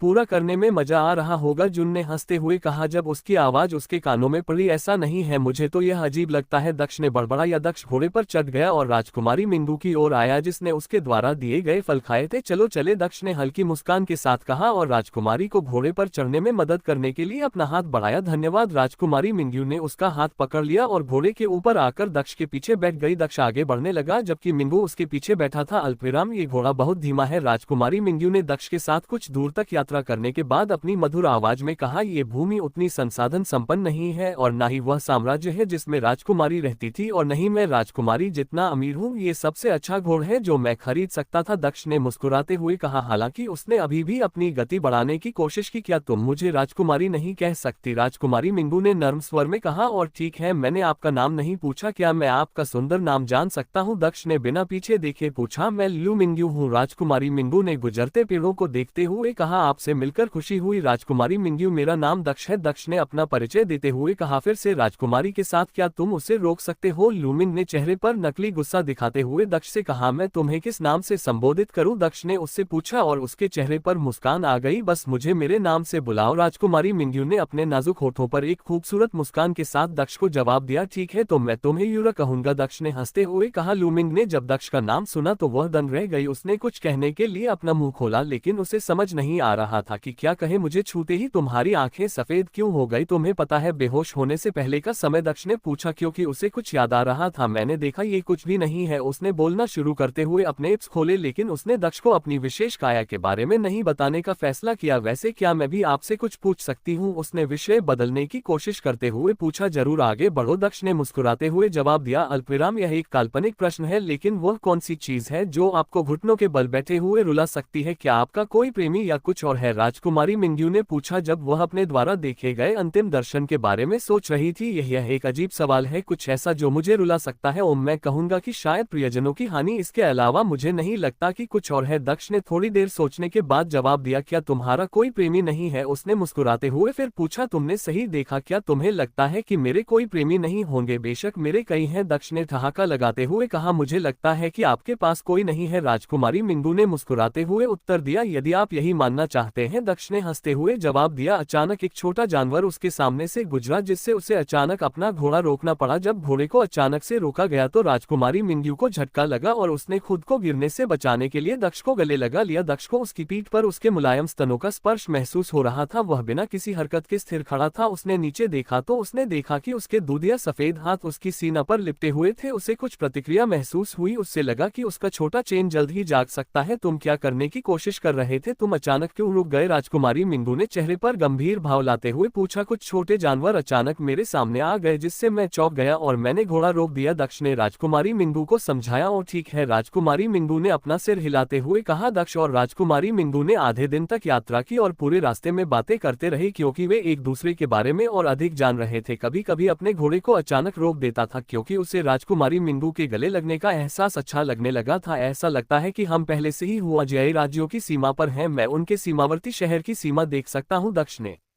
शहर की दीवारें देखते ही कहा। उसने अपने घोड़े को मोड़ दिया और दिशा बदल दी। ऐसा लगता है कि यह आधिकारिक तौर पर सामने से प्रवेश है। आप अलग दिशा में क्यों जा रहे हैं? राजकुमारी मिंगू ने चेहरे पर उलझन भरी नजर से पूछा। अल्पविराम, मैं आधिकारिक प्रवेश द्वार का उपयोग नहीं कर रहा हूं, हम दीवारों से कूदेंगे जैसा कि मैं हमेशा करता हूं, दक्ष ने मुस्कुराते हुए कहा। मेरे दो सवाल हैं। सबसे पहले, यह अजीब है कि आप हमेशा शहर में प्रवेश करने के लिए दीवारों के माध्यम से कूदते हैं और आप ऐसा कैसे करते हैं? आप एक स्वर्ग क्षेत्र के साधक नहीं है जो चढ़ सकते हैं? और दूसरी बात, क्या आप इस घोड़े को छोड़ने जा रहे हैं? आप जानते हैं कि यह इतना ऊंचा नहीं कूद सकता है ना? राजकुमारी मिंगू ने कहा और उसने भ्रमित नजर से दक्ष को देखा। और ठीक है, मैं घोड़े के बारे में भूल गया, दक्ष ने अपने चेहरे पर एक व्यंग्यात्मक मुस्कान के साथ कहा और वापस दिशा बदल ली। आधिकारिक प्रविष्टियों के साथ मेरा इतिहास खराब रहा है, इसलिए मैं आमतौर पर उस मार्ग से नहीं जाता, लेकिन अब मेरे पास एक घोड़ा भी है, दक्ष ने उसे बताया। जब वे प्रवेश द्वार की ओर बढ़ रहे थे, दक्ष और राजकुमारी मिंगू ने बिना किसी परेशानी के प्रवेश शुल्क देकर सीमावर्ती शहर में प्रवेश किया। ये बहुत आसान था, अगली बार से तुम्हें ये रास्ता ज्यादा बार अपनाना चाहिए, राजकुमारी मिंगू ने मुस्कुराते हुए कहा। मुझे खुशी है कि यहाँ के गार्ड अधिक समझदार हैं। हम आखिरकार हुआ जीआई के अंदर हैं, बस कुछ और शहरों से गुजरना है और मैं थंडर सिटी में पहुंच जाऊंगा, दक्ष ने मुस्कुराते हुए कहा। क्या कोई है जिससे हम एस्टेरिया का रास्ता पूछ सके? अगर हमें पता चल जाए कि वह कहाँ है तो मुझे आसानी होगी, राजकुमारी मिंगू ने दक्ष से कहा। मुझे एक जगह पता है जहाँ मैं पूछ सकता हूँ, लेकिन इसके लिए कल तक इंतजार करना होगा। दिन के लिए पहले ही बहुत देर हो चुकी है, हमें पहले रात रुकने के लिए एक होटल ढूंढना होगा, दक्ष ने राजकुमारी मिंगू से कहा जबकि घोड़ा आगे बढ़ता रहा। माफ कीजिए सर, मुझे इस शहर में होटल कहाँ मिल सकता है? दक्ष ने एक व्यक्ति को रोकते हुए पूछा। ओ, आप नए यात्री होंगे जो पहली बार यहाँ आए हैं, इस शहर में 3 होटल हैं, वे हैं, आदमी ने दक्ष से कहा और उसे प्रत्येक होटल की दिशा बताए। दर्शन के लिए धन्यवाद, दक्ष ने मुस्कुराते हुए कहा। जब वे चले गए, वे पहले होटल की ओर बढ़े लेकिन वह भी भरा हुआ था। फिर वे दूसरे होटल में गए लेकिन जल्दी ही उनके चेहरे पर निराशा के भाव आ गए। विश्वास नहीं हो रहा कि दोनों होटल भरे हुए हुए हैं, मुझे कभी नहीं पता था कि सीमावर्ती शहर इतना लोकप्रिय है। दक्ष ने चेहरे पर एक व्यंग्यात्मक मुस्कान लादी। आशा करते हैं कि तीसरे होटल में हमारे लिए जगह होगी, नहीं तो हमें जंगल में डेरा डालना पड़ेगा, दक्ष ने कहा और उसने घोड़े को तीसरे होटल की दिशा में ले गया। Civil warriors in. दक्ष ने तीसरे होटल के बोर्ड पर नाम पढ़ा। जैसे ही वह राजकुमारी मिंगू के साथ अंदर दाखिल हुआ, उसने घोड़े को होटल द्वारा अतिथि के घोड़े और गाड़ी की देखभाल करने के लिए नियुक्त व्यक्ति को दे दिया। क्या आपके पास कमरे उपलब्ध है? दक्ष ने रिसेप्शनिस्ट के सामने खड़े होकर मुस्कुराते हुए पूछा। जी हाँ सर, रिसेप्शनिस्ट ने मुस्कुराते हुए जवाब दिया। ओह भगवान का शुक्र है, आखिरकार कमरों वाली जगह मिल गई, हमें 2 कमरे चाहिए, कितना लगेगा? दक्ष ने मुस्कुराते हुए पूछा। क्षमा करें सर, लेकिन हमारे पास केवल एक ही कमरा उपलब्ध है, रिसेप्शनिस्ट ने मुस्कुराते हुए जवाब दिया। माफ कीजिए सर, लेकिन हमारे पास केवल एक ही कमरा उपलब्ध है, रिसेप्शनिस्ट ने मुस्कुराते हुए जवाब दिया। क्या इस कमरे में 2 अलग अलग बिस्तर हैं? दक्ष ने रिसेप्शनिस्ट की ओर देखते हुए पूछा। नहीं, मुझे खेद है, लेकिन इस कमरे में 2 अलग अलग बिस्तर नहीं है, इसके बजाय इसमें एक डबल बेड है जो 2 लोगों के आराम से सोने के लिए पर्याप्त चौड़ा है। यह एक जोड़े का कमरा है और आपको रात के लिए एक चांदी का सिक्का देना होगा, रिसेप्शनिस्ट ने जवाब दिया और उसने अपने शब्दों से दक्ष और राजकुमारी मिंग्यू दोनों को चौ दिया। दक्ष ने कुछ देर सोचा और अंततः उसने कमरा लेने का निर्णय ले लिया। ठीक है, सिंगल रूम मिलना बिना कमरा मिलने से बेहतर है, दक्ष ने रिसेप्शनिस्ट को एक चांदी का सिक्का देते हुए कहा और चाबियां प्राप्त की। कमरे के लिए दिशा निर्देश प्राप्त करने के बाद वह राजकुमारी मिंगू के साथ चला गया। मैं तुम्हारे साथ एक ही बिस्तर पर नहीं सो रही हूँ, राजकुमारी मिंगू ने धीमी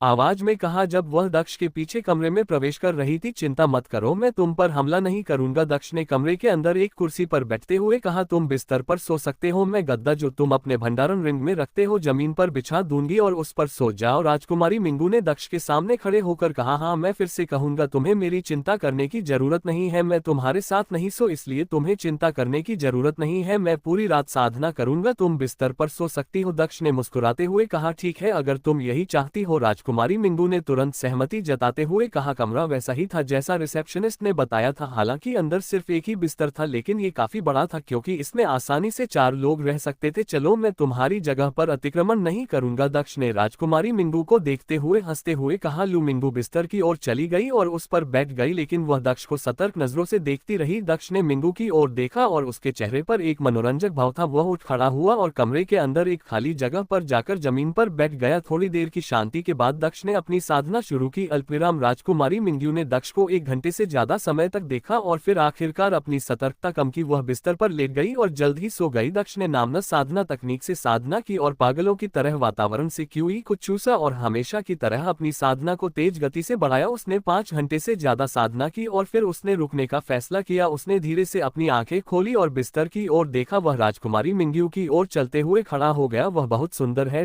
इसलिए यह बहुत अजीब है, मैंने इतनी सुंदर लड़की के साथ इतना समय बिताया है, फिर भी मैं बिना जानवर बने और खुद को उस पर थोपे बिना अपनी भावनाओं को नियंत्रित करने में सक्षम हूँ। वह इतनी सुंदर है कि मैं उसके प्रति पागलों की तरह आकर्षित महसूस करता हूँ, फिर भी मैंने नियंत्रण नहीं खोया है। क्या मेरा दिल का दानव मुझ पर आसानी से हाँ हो रहा है? क्या यह मेरे सामने वाली लड़की की वजह से है? क्या वह खास है या ऐसा इसलिए है क्योंकि मैं मजबूत हो गया हूँ और अपने दिल के दानव को नियंत्रित करने में प्रगति की है? जो भी हो, मुझे उम्मीद है कि यह हमेशा ऐसा ही रहेगा, दक्ष ने राजकुमारी मिंगू के खूबसूरत चेहरे को देखते हुए सोचा। वह बाथरूम की ओर चलते हुए पीछे मुड़ा। जैसे ही दक्ष चला गया, राजकुमारी मिंगू ने अपनी आंखें खोली। उसने कुछ भी करने की कोशिश नहीं की, जैसा कि मैंने अनुमान लगाया था, वह बुरा नहीं है, उसने मुस्कुराते हुए सोचा और बाथरूम की ओर देखा। दक्ष बाथरूम का दरवाजा बंद करते हुए अंदर खड़ा था। उसने अपनी स्टोरेज रिंग से रहस्यमय अंडा निकाला और उसे मुस्कुराते हुए देखा। रात के खाने का समय हो गया है छोटे दोस्त, उसने फुसफुसाना अंडे को अपने दोनों हाथों से पकड़ ली और अपनी क्यूई को अंडे में स्थानांतरित करना शुरू कर दिया, जिसने पागलों की तरह उसे अवशोषित करना शुरू कर दिया। आधे घंटे के बाद दक्ष कमरे के अंदर वापस आया और फिर से फर्श पर बैठ गया। उसने फिर से अपनी साधना शुरू की, लेकिन इस बार उसने अपने शरीर की साधना करने का फैसला किया। उसने अपने हृदय दानव को खिलाने के लिए वातावरण से क्यूई का इस्तेमाल किया, जिसने बदले में इसे राक्षसी क्यूई में बदल दिया और इसे दक्ष के शरीर में भेजकर उसे मजबूत बनाया। कुछ ठीक नहीं है, ये बातचीत की गति पिछली बार जब मैंने हृदय दानव के साथ साधना की थी उसकी तुलना में ये बहुत कम है। खेती करते समय दक्ष को कुछ अजीब सा महसूस हुआ। उन्होंने साधना बंद कर दी और अपनी चेतना को अपने मार्शल स्पेस के अंदर भेजकर चीजों की जांच की। जब उसने अपने मार्शल स्पेस को ध्यान से देखा तो उसे एक अंतर नजर आया। उसकी मार्शल आत्मा और रेड कोर अभी भी वही दिख रहे थे, फिर भी उसका हृदय दानव अलग था। हृदय दानव एक लाल कोकून जैसी चीज में लिपटा हुआ था जो ऊर्जा से स्पंदित हो रहा था। अल्पविराम, क्या फालतू बात है, क्या हो रहा है? उसने दृश्य को देखते हुए सोचा। कुछ समय तक उसका निरीक्षण करने और उसकी स्थिति में कोई परिवर्तन न देखने के बाद दक्ष ने अपनी चेतना को मार्शल स्पेस से वापस ले लिया। जुन, उसने मन ही मन कहा, क्योंकि उसने जुन को कुछ समय के लिए अपने विचारों तक पहुंचने की अनुमति दी थी। वह उनसे बाहर बात नहीं करना चाहता था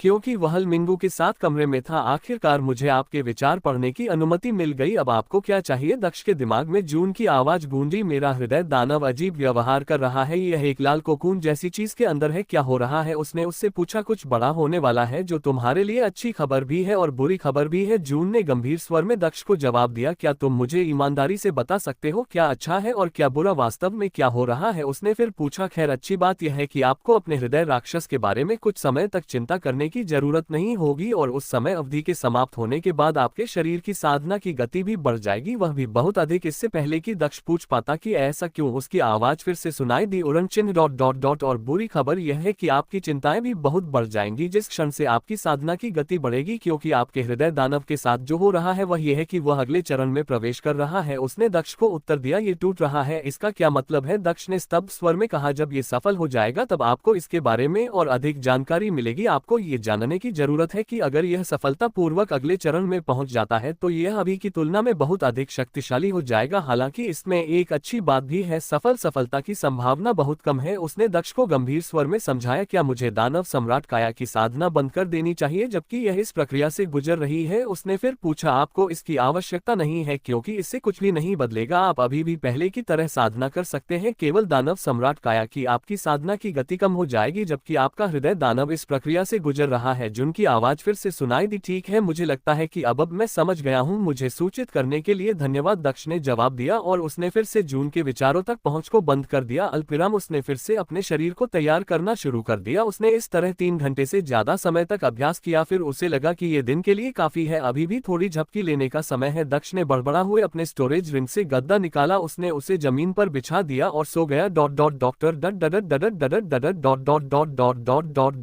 एक सपना। दक्ष ने खुद को एक अनजान शहर में पाया जो लोगों से भरा हुआ था और बड़बड़ा। उसने उनमें से एक से बात करने की कोशिश की लेकिन उसे कोई प्रतिक्रिया नहीं मिली, ऐसा लग रहा था जैसे वह इस दुनिया में मौजूद ही नहीं था। क्या हो रहा है? ये सपना यह उतना ही वास्तविक लग रहा है जितना वह सपना जो मैंने तब देखा था जब मैं स्वर्गीय चट्टान के नीचे था, दक्ष ने कहा और वह भीड़ भरे शहर में घूमता रहा। शहर में कई खूबसूरत इमारतें और सचमुच घनी हुई थी, सभी लोग मजबूत साधकों की तरह दिखते थे। दक्ष सड़क पर इंतजार कर रहा था जब उसने सड़क पर किसी को देखा जिसने उसका ध्यान आकर्षित किया। एक लड़का 16-17 साल का एक लड़का सड़क पर चल रहा था लेकिन ज्यादातर लोगों से अलग। उसने फटे पुराने कपड़े पहने हुए थे, हालांकि वह कुपोषित दिख रहा था लेकिन उसके चेहरे पर मुस्कान थी और वह आगे बढ़ रहा था। मुझे ऐसा क्यों लग रहा है कि मैंने उससे पहले भी देखा है, दक्ष ने लड़के की ओर देखते हुए कहा। दक्ष को वह लड़का परिचित लगा, हालांकि वह उसे पहचान नहीं पाया। लड़का आगे बढ़ता रहा और एक बड़ी इमारत के चारों ओर की दीवारों तक पहुंच गया। Star martial academy. दक्ष ने इमारत पर लगे बोर्ड पर लिखा नाम पढ़ा। हम तो यह एक साधना अकादमी है, क्या वह मार्शल आर्ट सीखना चाहता है? दक्ष ने बुदबुदा और उसके चेहरे पर मुस्कान आ गई। यद्यपि यह एक प्रतिष्ठित इमारत थी लेकिन इसके चारों ओर की दीवारें बहुत छोटी थी, केवल 1.5 मीटर ऊंची। दक्ष ने देखा कि लड़का पास में पड़े एक बक्से को उठाकर दीवार के पास रख रहा था। वह उस पर चढ़ गया और अंदर झांकने लगा। क्या वह कुछ ढूंढने की कोशिश कर रहा है? दक्ष ने बड़बड़ा हुए कहा जब उसने देखा कि लड़का इधर उधर देख रहा है जैसे कि वह कुछ ढूंढने की कोशिश कर रहा हो। जल्दी लड़के की आंखें एक दिशा में स्थिर हो गई और ऐसा लग रहा था कि उसे वह मिल गया है जिसे वह ढूंढ रहा था। उसके चेहरे पर एक सौम्य मुस्कान दिखाई दी क्योंकि वह उस दिशा में देखता रहा। चलो देखते हैं वह क्या देख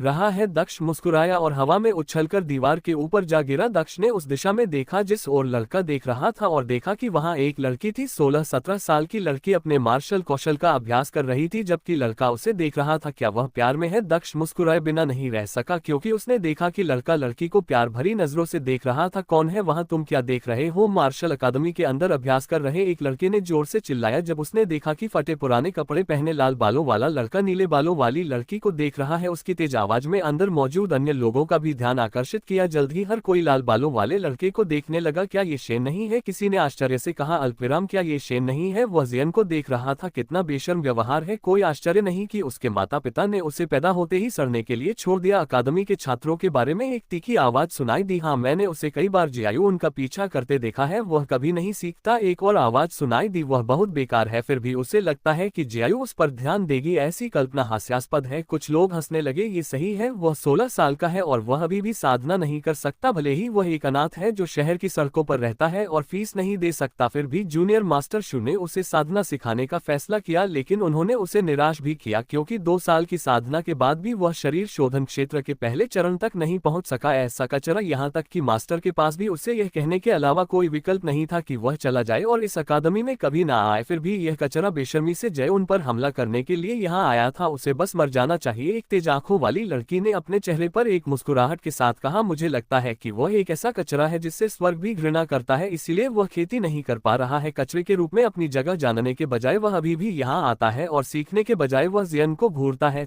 अगर मैं भी उसके जैसा बेकार होता तो मैं कचरे का जीवन जीने और इस ग्रह पर सीमित स्थान को बर्बाद करने के बजाय मरना पसंद करता। एक अन्य व्यक्ति ने बीच में टिप्पणी की, हा सही है, उसके लिए मर जाना बेहतर विकल्प होना चाहिए। सभी बच्चे हंसने लगे और उनके चेहरे पर क्रूर भाव के साथ लाल बालों वाले लड़के को देखने लगे। दक्ष ने इस छोटे बच्चे की पहचान समझते हुए कहा, लाल बालों वाला लड़का परेशान लग रहा था क्योंकि उसने उनकी सारी बातें सुनी थी। उसने लाल फूल को कसकर अपने हाथ में पकड़ लिया और वापस जाने के लिए मुड़ा, लेकिन जब उसे कॉलेज से पकड़कर अंदर फेंका गया तो उसके चेहरे के भाव बदल गए। लाल बालों वाला लड़का परेशान लग रहा था क्योंकि उसने उनकी सारी बातें सुनी थी। वह जाने के लिए पीछे मुड़ा, लेकिन जब उसका कॉलर पकड़ा गया तो उसके हाव भाव बदल गए। दक्ष सेन, तुम कभी नहीं सीखते हैं ना। जब उसे अकादमी के अंदर फेंका गया तो उसके कानों में एक उपासपूर्ण आवाज गूंजी। वह जमीन पर गिरते समय अपनी कोहनी से घायल हो गया, उसके घावों से रक्त बहने लगा, लेकिन लड़के के चेहरे पर कोई बदलाव नहीं आया और वह चुपचाप खड़ा हो गया। उसने दरवाजे की ओर देखा। अल्पविराम सुनहरे लो वाला एक लड़का जो 15-16 साल का लग रहा था बड़े कदमों से अंदर आया और मुस्कुराया। उस लड़के का नाम टीना शिया था। उसका परिवार शहर के सबसे अमीर परिवारों में से एक माना जाता था। उसके पीछे भाई बहन भी थे जो दोनों ही लगभग समान उम्र के लग रहे थे। तुम छोटे अनाथ हो, तुम्हारी हिम्मत कैसे हुई कि तुम फिर से जियन को अपनी गंदी नजरों से घूर रहे हो? क्या तुम पिछली बार की पिटाई भूल गए? लड़के ने दक्ष सेन की ओर देखते हुए कहा, हाँ युवा मास्टर शिया, मुझे लगता है कि उसे एक और पिटाई की इच्छा हो रही होगी। उसके पीछे बैठी लड़की ने हंसते हुए कहा। दक्ष सेन ने कोई जवाब नहीं दिया और बाहर निकलने की ओर बढ़ने लगा। जिस लड़के ने उसे अभी अभी अंदर फेंका था वह अपने अनुयायियों के साथ बाहर निकलने के रास्ते और दक्ष सेन के बीच में खड़ा था। लड़का मुस्कुराया जब उसने दक्ष सेन को अपनी ओर आते देखा। उसने दक्ष सेन को रोकने के लिए उसके कंधों की ओर हाथ बढ़ाया, लेकिन दक्ष सेन ने उसका हाथ चकमा दिया और बिना रुके आगे बढ़ता रहा। तुम बेकार हो, पकड़े जाने के बाद भागने की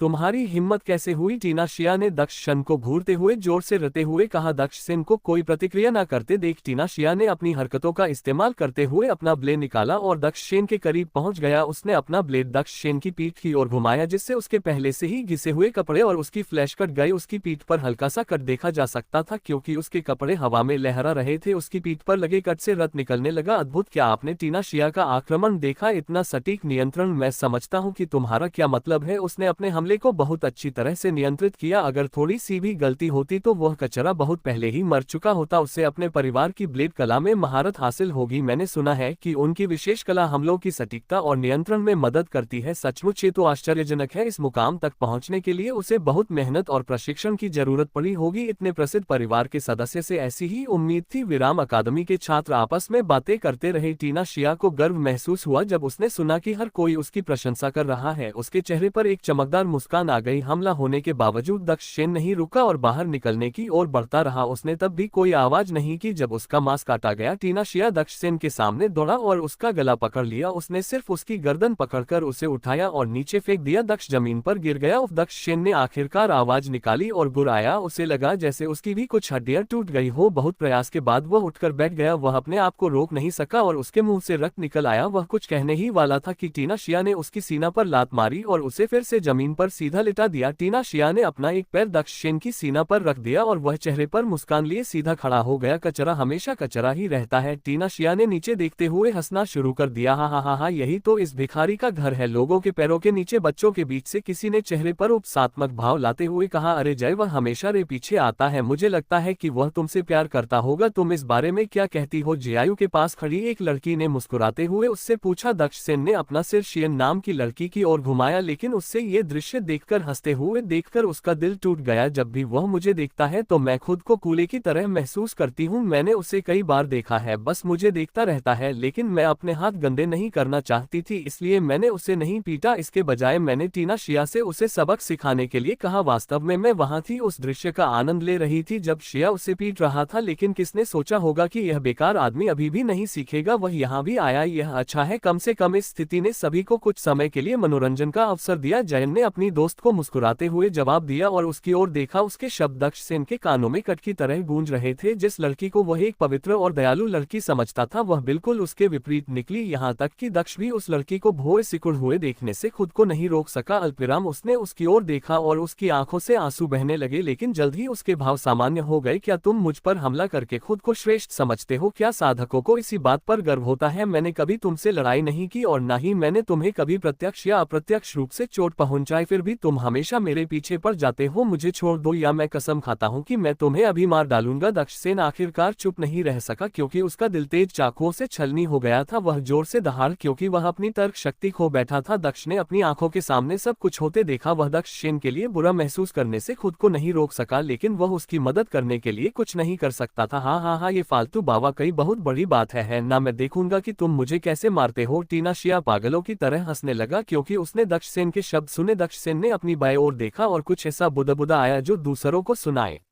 नहीं दिया। एक गुलाबी बालों वाली लड़की भूत की तरह दक्ष सेन के पास प्रकट होती है। जूनन दक्ष ने जैसे ही लड़की को देखा वह जोर से चिल्लाने से खुद को रोक नहीं सका। क्या तुम सच में ऐसा करना चाहते हो? इसके दुष्प्रभाव बहुत बुरे हैं। जून ने गंभीर स्वर में दक्ष सेन से कहा। मैं मारना चाहता हूँ, दक्ष सेन ने जोर से चिल्लाकर सबको अपने शब्द सुनाए। तुम्हें कल ही अंगूठी मिली थी और आज तुम अपनी विरासत की एक वस्तु का उपयोग कर रही हो। मुझे आश्चर्य है कि क्या मुझे तुम्हें उन वस्तुओं के उपयोग के बारे में बताना चाहिए था जो तुम्हें मिली थी। मुझे आशा है कि तुम्हें आगे जो कुछ भी होगा उसका पछतावा नहीं होगा, जुन ने धीरे से कहा और वह गायब हो गई। दक्ष ने देखा कि एक क्षण के लिए दक्ष सेन की पहले खाली उंगली पर एक भंडारण अंगूठी टिमटिमाती हुई दिखाई दी। वह अंगूठी यह वही है, मुझे नहीं पता था कि यह अदृश्य हो सकती है। दक्ष ने अपनी उंगली में अंगूठी की ओर देखते हुए कहा। दक्ष सेन ने एक काली गोली निकाली जिस पर कुछ अजीब सी आकृतियां बनी थी और टीना शिया की प्रतिक्रिया से पहले ही उसे निगल लिया। तुमने क्या खाया? टीना शिया ने ऊंची आवाज में पूछा और दक्ष सेन को घूरने लगा, लेकिन उसे उससे कोई जवाब नहीं मिला। क्या फालतू बात है, उसने आश्चर्य से कहा जब उसने देखा कि दक्ष सेन की आंखें सबसे अंधेरी रात के अंधेरे की तरह काली हो गई थी। अनिश्चितता की भावना के तहत उसने पहले दक्ष सेन को मारने और बाद में अन्य चीजों के बारे में चिंता करने का फैसला किया। टीना शिया ने अपना ब्लेड दक्ष सेन के दिल की ओर बढ़ाया, लेकिन इससे पहले कि ब्लेड दक्ष सेन की सीना को छू पाता वह वहीं रुक गया। एक हाथ ब्लेड को पकड़कर अपनी जगह पर रखता हुआ दिखाई दे रहा था। दक्ष सेन ने ही ब्लेड को पकड़ा था। उसने अपने दूसरे हाथ का भी इस्तेमाल किया और ब्लेड को पकड़ लिया। उसने थोड़ा जोर लगाया और ब्लेड तुरंत ही सभी की आंखों के सामने टुकड़ों में बिखर गया। क्या ऐसा कैसे हो सकता है? टीना शान का ब्लेड सोने की खान है, यह इतनी आसानी से कैसे टूट सकता है? लोगों ने जो कुछ हुआ उसे देखकर जोर जोर से चिल्लाना शुरू कर दिया। सब कुछ देखते देखते उनके दिल में एक डर का भाव घर करने लगा। दक्ष सेन खड़ा हो गया जबकि टीना शिया पीछे की ओर कदम बढ़ाता रहा। दक्ष सेन अपनी जगह से गायब हो गया और टीना शिया के सामने आ गया और उसने उसका गला पकड़ लिया। दक्ष सेन ने अपनी पकड़ मजबूत कर ली, तभी एक चटकने की आवाज सुनाई दी। टीना शिया की आंखें चौड़ी हो गई और जल्द ही वे बेजान हो गई। दक्ष सेन ने टीना शिया के बेजान शरीर को जमीन पर फेंक दिया और दूसरों की ओर देखने लगा। वह एक राक्षस है, भागो। पूरे इलाके में चीख पुकार मच गई और पूरा इलाका व्यस्त हो गया। कुछ लोग बाहर निकलने की ओर भागने लगे जबकि कुछ बहादुर लोग अपने हथियार लेकर दक्षिण की ओर भागे, लेकिन ये सब व्यर्थ था क्योंकि उन्होंने देखा कि उनके हथियार दक्ष सेन की त्वचा को छू भी नहीं पाए। उसके पिछले घाव भी पूरी तरह से ठीक हो चुके थे। दक्ष ने सब कुछ स्तब्ध भाव से देखा क्योंकि उसने देखा कि दक्ष सेन एक के बाद एक लोगों को मार रहा था। कोई भी उसका सामना नहीं कर सकता था क्योंकि लोग मरते जा रहे थे। जल्दी पूरा इलाका लाशों से भर गया, एक को छोड़कर सभी मर चुके थे। नीले बालों वाली एक लड़की अभी भी जीवित थी। वह घुटनों के बल बैठी थी और डर के मारे कांप रही थी। अपने दोस्तों की लाशें देखकर उसकी आंखों से आंसू बह रहे थे। दक्ष सेन अपनी मूल जगह से गायब हो गया और उसके ठीक सामने आ गया। उसने अपना हाथ लड़की की ओर बढ़ाया और उसकी गर्दन पकड़ ली। उसने उसे हवा में उठा लिया। लड़की हवा में थी, उसकी गर्दन पकड़ी हुई थी और वह सांस लेने की पूरी कोशिश कर रही थी। उसने दक्ष सेन की आंखों में देखा लेकिन पाया कि वे काली और निर्दय थी, जबकि दक्ष सेन की आंखें बिल्कुल विपरीत स्वीट दिख रही थी। मास्टर हम वापस आएंगे, आप मर जाएंगे, उसने काफी प्रयास के बाद अपनी आंखों में नफरत के साथ कहा, क्योंकि उसने बचने की कोई उम्मीद छोड़ दी थी। दक्ष सेन ने अपनी पकड़ मजबूत कर ली और उसकी सांसें रुक गई। उसने बेरहमी से उसके शरीर को जमीन पर फेंक दिया और चारों ओर देखा, जगह लाशों से भरी हुई थी और जीवन के सभी अवशेष नष्ट हो गए थे। उसने बाहर निकलने की दिशा में एक कदम बढ़ाया, लेकिन दूसरा कदम उठाने से पहले ही वह जमीन पर गिर पड़ा और उसकी सारी शक्ति खत्म हो गई। उसकी आंखों का रंग फिर से पहले जैसा हो गया। उसने पलटकर देखा कि सभी लोग मर चुके हैं, लेकिन उसके हाव भाव में कोई बदलाव नहीं आया। उसने अपना सिर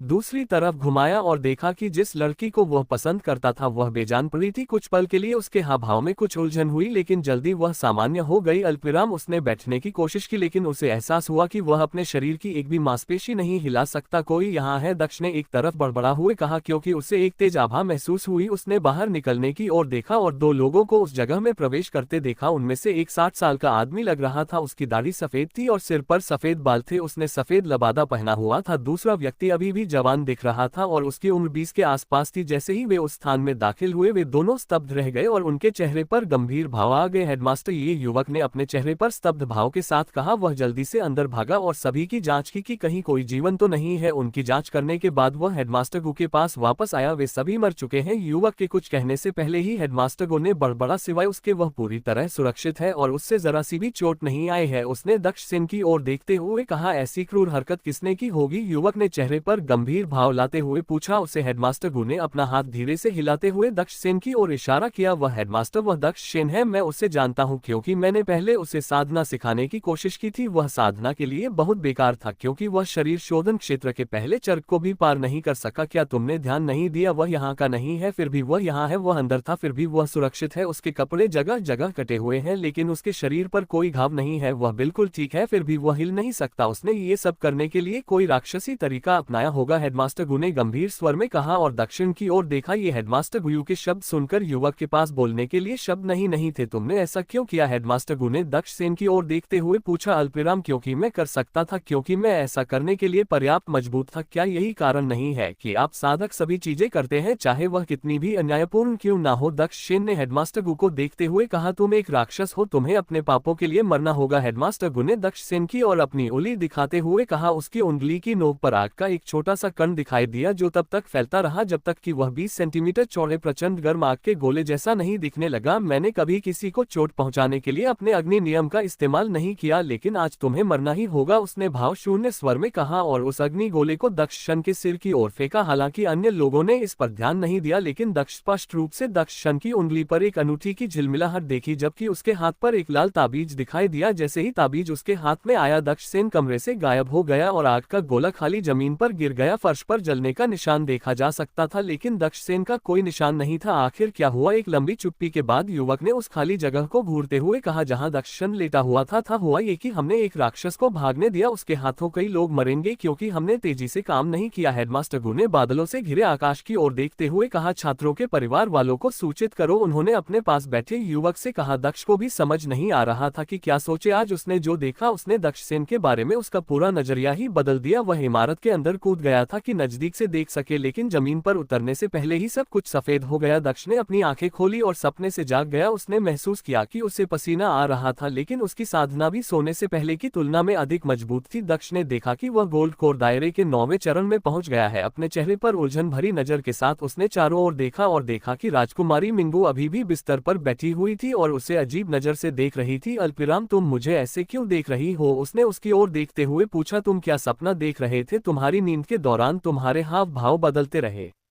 उसने अपनी कोमल आवाज में कहा और उसकी ओर देखा। मैं एक दोस्त के बारे में सपना देख रही थी जो उत्पात मचाने जा रहा था। दक्ष ने उसे जवाब दिया। वैसे अभी समय क्या है? उसने खड़े होते हुए पूछा। शाम के 4 बजे बज रहे हैं, तुम काफी देर तक सोए रहे। राजकुमारी मिंगू ने मुस्कुराते हुए उससे कहा, अगर तुम्हें लगा कि मुझे जागने में बहुत समय लग रहा है तो तुमने मुझे जगाने की कोशिश क्यों नहीं की? दक्ष ने पूछा। मुझे एहसास हुआ कि आपने शायद पूरी रात साधना की है, इसलिए मैं आपकी नींद में खलल नहीं डाल सकती थी। राजकुमारी मिंगू ने दक्ष को देखते हुए कहा, मैंने कभी नहीं सोचा था कि तुम इतनी विचारशील हो जाओगी, मुझे तैयार होने दो और हम इस शहर को छोड़ने से पहले एस्टेरिया साम्राज्य के ठिकाने के बारे में पूछताछ करने जाएंगे। दक्ष ने उससे ये कहते हुए हंसते हुए कहा। वह बाथरूम की दिशा में चला गया। दक्ष तैयार हो गया और राजकुमारी मिया के साथ होटल से बाहर निकल गया। हम कहाँ जा रहे हैं? राजकुमारी मियाओ ने दक्ष के साथ सड़कों पर चलते हुए पूछा। क्या आपने जिंडी मंडप के बारे में सुना है? दक्ष ने राजकुमारी मियाओ की ओर देखते हुए पूछा। नहीं नहीं, इसके बारे में कभी नहीं सुना। यह क्या है? उसने पूछा। यह एक ऐसा संगठन है जो अपनी खुफिया जानकारी जुटाने की क्षमताओं के लिए जाना जाता है। वे शीर्ष 3 संगठनों में से एक है जो लगभग हर शहर में अल्केमी हॉल और आर्टिफैक्ट पवेलियन के साथ मौजूद है। वे थोड़े समय में एस्टेरिया के स्थान को खोजने की मेरी एकमात्र संभावित उम्मीद है। वे जल्द ही एक काली इमारत के सामने पहुंच गए जिसमें सिर्फ एक मंजिल थी। दक्ष राजकुमारी मिंगू के साथ इमारत में दाखिल हुआ। अंदर कदम रखते ही दक्ष ने देखा कि पूरी जगह बिल्कुल खाली थी। वहां सिर्फ एक काउंटर था जिसके पीछे हरे कपड़े पहने एक अधेड़ उम्र का आदमी बैठा था। वह किताब पढ़ रहा था। जैसे ही वे परिसर में दाखिल हुए उसने दक्ष की तरफ देखा। तुम्हें क्या जानकारी चाहिए? आदमी ने दक्ष की ओर देखते हुए पूछा। हमें एस्टेरिया साम्राज्य के स्थान के बारे में जानना है। हम यहाँ तक पहुँचने के लिए आवश्यक नक्शे भी खरीदना चाहेंगे। दक्ष ने उस आदमी की ओर देखते हुए पूछा। एस्टेरिया, इसके बारे में कभी नहीं सुना। माफ करना, मैं तुम्हारी मदद नहीं कर सकता। उस आदमी ने दक्ष को सीधे तौर पर अस्वीकार कर दिया। अल्पविराम जिया मंडप को इसके बारे में कोई जान कैसे नहीं हो सकती? दक्ष ने अपने चेहरे पर स्तब्ध भाव के साथ पूछा। इस बात की पूरी संभावना है कि जिस साम्राज्य की तुम बात कर रहे हो वह इस महाद्वीप में मौजूद नहीं है। यही एकमात्र संभावित स्पष्टीकरण है जो मैं दे सकता हूं। यदि तुम्हें अन्य महाद्वीपों से जानकारी चाहिए तो तुम्हें इस महाद्वीप में मौजूद साम्राज्य की शाखाओं से जानकारी प्राप्त करनी होगी। उस आदमी ने दक्ष को उत्तर दिया इससे पहले कि वह अपनी नजर नीचे करके अपनी किताब पर नजर डालता। क्या आप मुझे निकटतम साम्राज्य के बारे में बता सकते हैं जहां हम ये जानकारी प्राप्त करने के लिए जा सकते हैं? दक्ष ने फिर से दयालु तरीके से पूछा। चूंकि यह जानकारी इतनी बड़ी गुप्त बात नहीं है इसलिए आपको इसके लिए केवल 5 सफेद सोने के सिक्के खर्च करने होंगे। उस व्यक्ति ने बिना ऊपर देखे उनसे कहा। यहाँ बिना कोई समय लिए दक्ष ने सिक्का उस उम्र के आदमी के सामने मेज पर रख दिया। आप निश्चित रूप से बहुत अमीर परिवार से होंगे, ठीक है, ये लीजिए। उस आदमी ने मुस्कुराते हुए दक्ष को एक किताब दी। इस पुस्तक में इस महाद्वीप के बारे में पूरी जानकारी है जिसमें सभी साम्राज्य और राज्य शामिल है। इसके अंदर नक्शे भी हैं जो आपको इस महाद्वीप के विभिन्न क्षेत्रों में नेविगेट करने में मदद कर सकते हैं। ये हमारे जनाई मंडप द्वारा व्यापक शोध के बाद बना गया है। आदमी ने दक्ष को समझाया। ठीक है, धन्यवाद, दक्ष ने उस आदमी से कहा जब वह राजकुमारी मिंगू के साथ इमारत से बाहर निकल रहा था। हालांकि हमें एस्टेरिया साम्राज्य के ठिकाने के बारे में पता नहीं चला लेकिन कम से कम हमें ये पता है कि यह इस महाद्वीप में मौजूद नहीं है। हम ये भी जानते हैं कि जरूरत पड़ने पर हमें जानकारी कहां से मिल सकती है। दक्ष ने मुस्कुराते हुए राजकुमारी मिंगू से कहा। हाँ, राजकुमारी मिंगू ने अपना सिर हिलाया और लंच चेन की ओर देखा। दक्ष और राजकुमारी मिंगू शहर छोड़कर हुआ जियाई साम्राज्य के केंद्र की ओर बढ़ रहे थे जिसे थंडर सिटी के नाम से जाना जाता था। वे जंगल और मध्यवर्ती शहरों से होकर गुजरे। राज को हमारी मिंगू के साथ यात्रा करते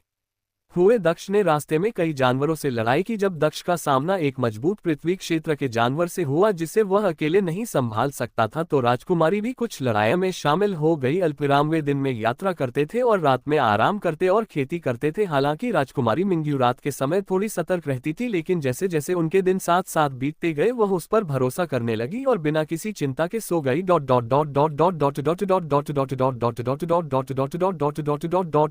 उनकी यात्रा में 10 दिन लग गए और वे आखिरकार थंडर शहर पहुंच गए। ये शहर एक ऊंची पर्वत श्रृंखला के पास स्थित था जहां हरियाली बिल्कुल नहीं थी, इतने घने बादल। ये बिल्कुल वैसा ही है जैसा मैंने इस शहर के बारे में पढ़ा था। ट्रेनिंग के लिए एकदम सही जगह है, दक्ष ने मुस्कुराते हुए कहा। उसने अपना घोड़ा मुख्य द्वार की ओर बढ़ाया। अचानक आसमान में एक तेज रोशनी चमकी जो पास की पर्वत श्रृंखला पर गिरती बिजली की तरह लग रही थी। रोशनी की चमक के तुरंत बाद एक तेज गड़गड़ाहट की आवाज आई। जैसे ही आवाज आई राजकुमारी मिंगू ने दक्ष को अपनी बाहों में भर लिया और उसे पीछे से गले लगा लिया। दक्ष दंग रह गया क्योंकि उसने महसूस किया कि राजकुमारी की कोमल सीना उसकी पीठ से कसकर चिपकी हुई थी। क्या तुम बिजली से डरती हो? दक्ष ने उसकी ओर देखते हुए मुस्कुराते हुए पूछा। मैं नहीं हूँ, राजकुमारी मिंगू ने ऊंची आवाज में जवाब दिया और खुद को दक्ष से अलग कर लिया। लेकिन ज्यादा देर तक नहीं, जल्द ही एक और गड़गड़ाहट हुई जब राजकुमारी मिंगू ने फिर से दक्ष को गले लगा लिया। दक्ष ने अपना हाथ उसके कोमल हाथों पर रखा जो उसकी सीना पर रखे थे। जैसे ही दक्ष ने उसके हाथों को छुआ राजकुमारी मिंगू को अपने शरीर में कट महसूस हुआ। इससे पहले कि वह कुछ प्रतिक्रिया दे पाती मुस्कुराती दक्ष की कोमल आवाज उसके कानों में गूंजी, यह ठीक है, बस ऐसे ही रहो, मैं तुम्हारे लिए यहाँ हूँ। दक्ष ने चिंतित स्वर में कहा। धन्यवाद। उसने दक्ष की पीठ पर अपना सिर टिका हुए कहा। तुम दोनों कहाँ से आ रहे हो? जैसे ही दक्ष शहर के प्रवेश द्वार पर पहुंचा, गार्ड ने पूछा। हम शुई राज्य से हैं, इस शहर का दौरा करने आए हैं, दक्ष ने मुस्कुराते हुए कहा। अल्पविराम। प्रवेश द्वार पर एक व्यक्ति के लिए 10 चांदी के सिक्के हैं, 2 के लिए भी, गार्ड ने दक्ष से कहा। ठीक है। दक्ष ने मुस्कुराते हुए सिक्के गार्ड को दिए। जैसे ही प्रवेश द्वार खुला वे अंदर घुस गए। जैसे ही वह शहर में दाखिल हुआ, राजकुमारी मिंगू उसे गले लगाती रही। पूरा शहर घने बादलों की छाया में ढका हुआ था और सूरज का कोई निशान नहीं दिख रहा था। दक्ष शहर की व्यस्त सड़कों से होते हुए अपने गंतव्य की ओर बढ़ रहा था। वह यात्रा करते समय अजनहों से रास्ता पूछता रहा। रास्ते से हट जाओ। अचानक एक तेज आवाज आई। दक्ष ने उस दिशा में देखा और देखा कि एक लाल बालों वाली लड़की तेज रफ्तार से उनकी ओर आ रही है। रास्ते में खड़े लोग लड़की और उसके घोड़े के लिए रास्ता साफ करते हुए किनारे की ओर भागते रहे। दक्ष ने उस लड़की की ओर देखा जिसके पीछे घोड़ों पर सवार 3 युवक तेज गति से चल रहे थे। दक्ष ने रुकने के बजाय उनके बीच से निकल जाने का फैसला किया। उसका घोड़ा लड़की की ओर दौड़ता रहा और जैसे ही वह उसके पास से गुजरने वाला था, लड़की ने हरकत की। क्या मैंने सभी को रास्ते से हटने के लिए नहीं कहा था? तुम आगे आकर क्या कर रहे हो? जैसे ही लड़की ने उस पर हमला किया, एक लाल कोड़ा उसकी सीना की ओर आया। दक्ष ने कोड़ा पकड़ लिया इससे पहले कि वह उसकी सीना पर वार करे, लेकिन उसे अपने हाथ में जलन महसूस हुई। यह कोई सामान्य हमला नहीं था, है ना? उसने फुसफुसाना चाबुक को अपनी ओर खींच लिया। लड़की जो अभी भी चाबुक के दूसरे हिस्से को पकड़े हुए थी, चौंक गई क्योंकि उससे अचानक खींच लिया गया था। अपने सदमे में उसने अपनी पकड़ नहीं छोड़ी और चाबुक के साथ खींच गई और जमीन पर गिर गई। जबकि उसका घोड़ा आगे बढ़ता रहा, उसके पीछे खड़े 3 लड़कों ने अचानक अपने घोड़े रोक दिए क्योंकि उनकी नजर जमीन पर पड़ी लड़की पर पड़ी थी। वे सभी अपने घोड़ों से उतरकर जल्दी से लड़की की ओर दौड़े। राजकुमारी, क्या आप ठीक हैं? सभी ने चिंतित नजरों से पूछा। मैं ठीक हूँ, लाल बालों वाली लड़की ने खड़े होते हुए कहा। अल्पविराम, तुम्हारी हिम्मत कैसे हुई मुझ पर हमला करने की? तुम्हें इसका पछतावा होगा, मैं तुम्हें मरवा दूंगी। उसने दक्ष को देखा और चेहरे पर गुस्से भरे भाव के साथ कहा। ओह, क्या मैंने तुम पर हमला किया? मैं माफी चाहता हूँ। दक्ष घोड़े से उतरते हुए मुस्कुराया। तुम्हें लगता है कि राजकुमारी के साथ क्रूरता से पेश आने के बाद तुम माफी मांग सकते हो? इस अपमान के लिए तुम्हारा सिर कलम कर दिया जाना चाहिए, उसके पीछे खड़े 3 लड़कों में से एक ने कहा। दक्ष ने जैसे ही उस आदमी की बात सुनी, वह हंसने लगा। वह अपनी जगह से गायब हो गया और लड़की के ठीक बगल में आ गया। चूंकि मैं पहले ही अपना सिर कटवाने जा रहा हूँ, तो क्यों ना मैं थोड़ा और अनादर करूँ और अपने अंतिम कुछ क्षणों का भरपूर आनंद उठाऊं? दक्ष ने मुस्कुराते हुए कहा और अपनी उंगलियां उसके मुलायम गालों पर फिरा। लड़की का चेहरा लाल हो गया और उसने अपनी पूरी ताकत से दक्ष के चेहरे पर मुक्का मारा। बचने की कोशिश करने के बजाय दक्ष मुस्कुराया और उसने आसानी से अपने दूसरे हाथ से उसकी कलाई पकड़ ली और लड़की को अपनी बाहों में खींच लिया। अगर तुम लंबी जिंदगी जीना चाहती हो तो तुम्हें अच्छा व्यवहार करना चाहिए, दक्ष ने उसके कान में धीरे से फुसफुसिया और फिर उसने उसे छोड़ दिया और अपने मूल स्थान पर वापस चला गया। तुम लड़की के साथ मौजूद लोग गुस्से में दहाड़ लगे और अपने हथियार निकालकर दक्ष की ओर दौड़ पड़े। आसानी से हमला करते हुए दक्ष ने उन तीनों को स्थिर कर दिया और उन्हें जमीन पर सीधा लिटा दिया, जिससे वे दर्द से कराने लगे। मुझे यकीन है कि आप अच्छे परिवारों से होंगे और आपके पास अपनी साधना पर गर्व करने के लिए पर्याप्त कारण है, लेकिन आपको पता होना चाहिए कि पहाड़ों से परे पहाड़ है। दक्ष ने मुस्कुराते हुए लोगों को देखा और उन्होंने तुम्हें राजकुमारी कहा, इसलिए मैं मानता हूं कि तुम इस शहर के शासक की बेटी हो। इस शहर के अंदर इस तरह से निर्मम व्यवहार करने और इसके नागरिकों की सुरक्षा को खतरे में डालने की तुम्हारी हिम्मत कैसे हुई? अपनी गलती से सीखो या अगली बार जब मैं तुम्हें देखूंगा तो मैं तुम्हें सबक सिखाऊंगा, दक्ष ने गंभीर स्वर में कहा और वह अपने घोड़े की ओर वापस चला गया। पहाड़ों के परे भी पहाड़ हैं। इतनी कम उम्र के व्यक्ति से यह बहुत समझदारी भरी बातें हैं, लेकिन क्या तुम लगता है कि तुम उन्हें चोट पहुंचाने के बाद भी जा सकते हो? एक बूढ़ा आदमी लड़की के पास आया और चेहरे पर गंभीर भाव लिए हुए बोला, अंकल याओ। लड़की ने बूढ़े आदमी को देखते ही मुस्कुराते हुए कहा, छोटी लड़की, क्या तुमने फिर से परेशानी खड़ी कर दी? मैं यहाँ से चीजों को संभाल लूंगा। बूढ़े आदमी ने लड़की की ओर देखते हुए चेहरे पर एक सौम्य मुस्कान के साथ कहा, तुम्हें मेरे साथ महाराज के पास न होगा, हम वहाँ तुम्हारी सजा पर फैसला कर सकते हैं। बूढ़े आदमी ने दक्ष की ओर देखते हुए कहा, पृथ्वी क्षेत्र साधक। दक्ष ने बूढ़े आदमी की ओर देखते हुए कहा, अगर मैं कोशिश करूं तो मुझे लगता है कि मैं उससे निपट सकता हूं। दक्ष ने सोचा जब उसने चेहरे पर गंभीर भाव लिए उस आदमी को देखा, मुझे आपके साथ कहीं जाने का मन नहीं है, मैं जल्दी में हूं, मैं विदा लेता हूं, दक्ष ने कहा और अपने ने घोड़े की ओर मुड़ा और उसकी ओर बढ़ा, लेकिन वह किसी भी क्षण अपने राजा की तलवार निकालने के लिए तैयार था। जैसा कि मैंने कहा, आप यहाँ से नहीं जा सकते, बूढ़े व्यक्ति ने कहा और वह अपने स्थान से चला गया और गायब हो गया। जैसा कि मैंने कहा आप अभी नहीं जा सकते, बूढ़े व्यक्ति ने कहा और वह अपने स्थान से चला गया और गायब हो गया। इससे पहले कि कोई कुछ समझ पाता उन्होंने देखा कि बूढ़ा आदमी टूटी हुई पतन की तरह पीछे की ओर उड़कर जमीन पर गिर गया। आपको उनकी बात सुननी चाहिए, हम लोग थोड़ी जल्दी में हैं, इसलिए हमारा समय बर्बाद करना बंद करें। लोगों ने देखा कि घोड़े पर बैठी लड़की अब लन चैन और जमीन पर लेटे बूढ़े आदमी के बीच खड़ी थी। उससे एक भयंकर आभा निकल रही थी जिससे लोगों को उस मासूम सी लड़की को देखकर खतरे का एहसास हो रहा था। क्या उसने अंकल याव को नीचे गिरा दिया? लाल बालों वाली लड़की ने आश्चर्य से कहा और सदमे में कुछ कदम पीछे हट गई। तुम भी एक पृथ्वी क्षेत्र साधक हो, वह भी मुझसे उच्च स्तर के पृथ्वी क्षेत्र पर, यह कैसे संभव है? तुम इतने युवा हो, यहाँ तक कि प्रथम श्रेणी के राज्यों में भी ऐसी प्रतिभा नहीं होती। तुम कौन हो? बूढ़ा आदमी खड़ा हो गया और उसने चौंक कर लड़की को देखा। वह अपना चेहरा पहुंचना भी भूल गया जो गिरने से धूल से ढका हुआ था। मेरी पहचान का आपसे कोई लेना देना नहीं है, राजकुमारी मिंगू ने पीछे मुड़ते हुए कहा। चुनकी सब कुछ निपट गया है तो क्या अब हम जा सकते हैं? उसने दक्ष की ओर देखते हुए मुस्कुराते हुए कहा। हाँ, मुझे आपकी शैली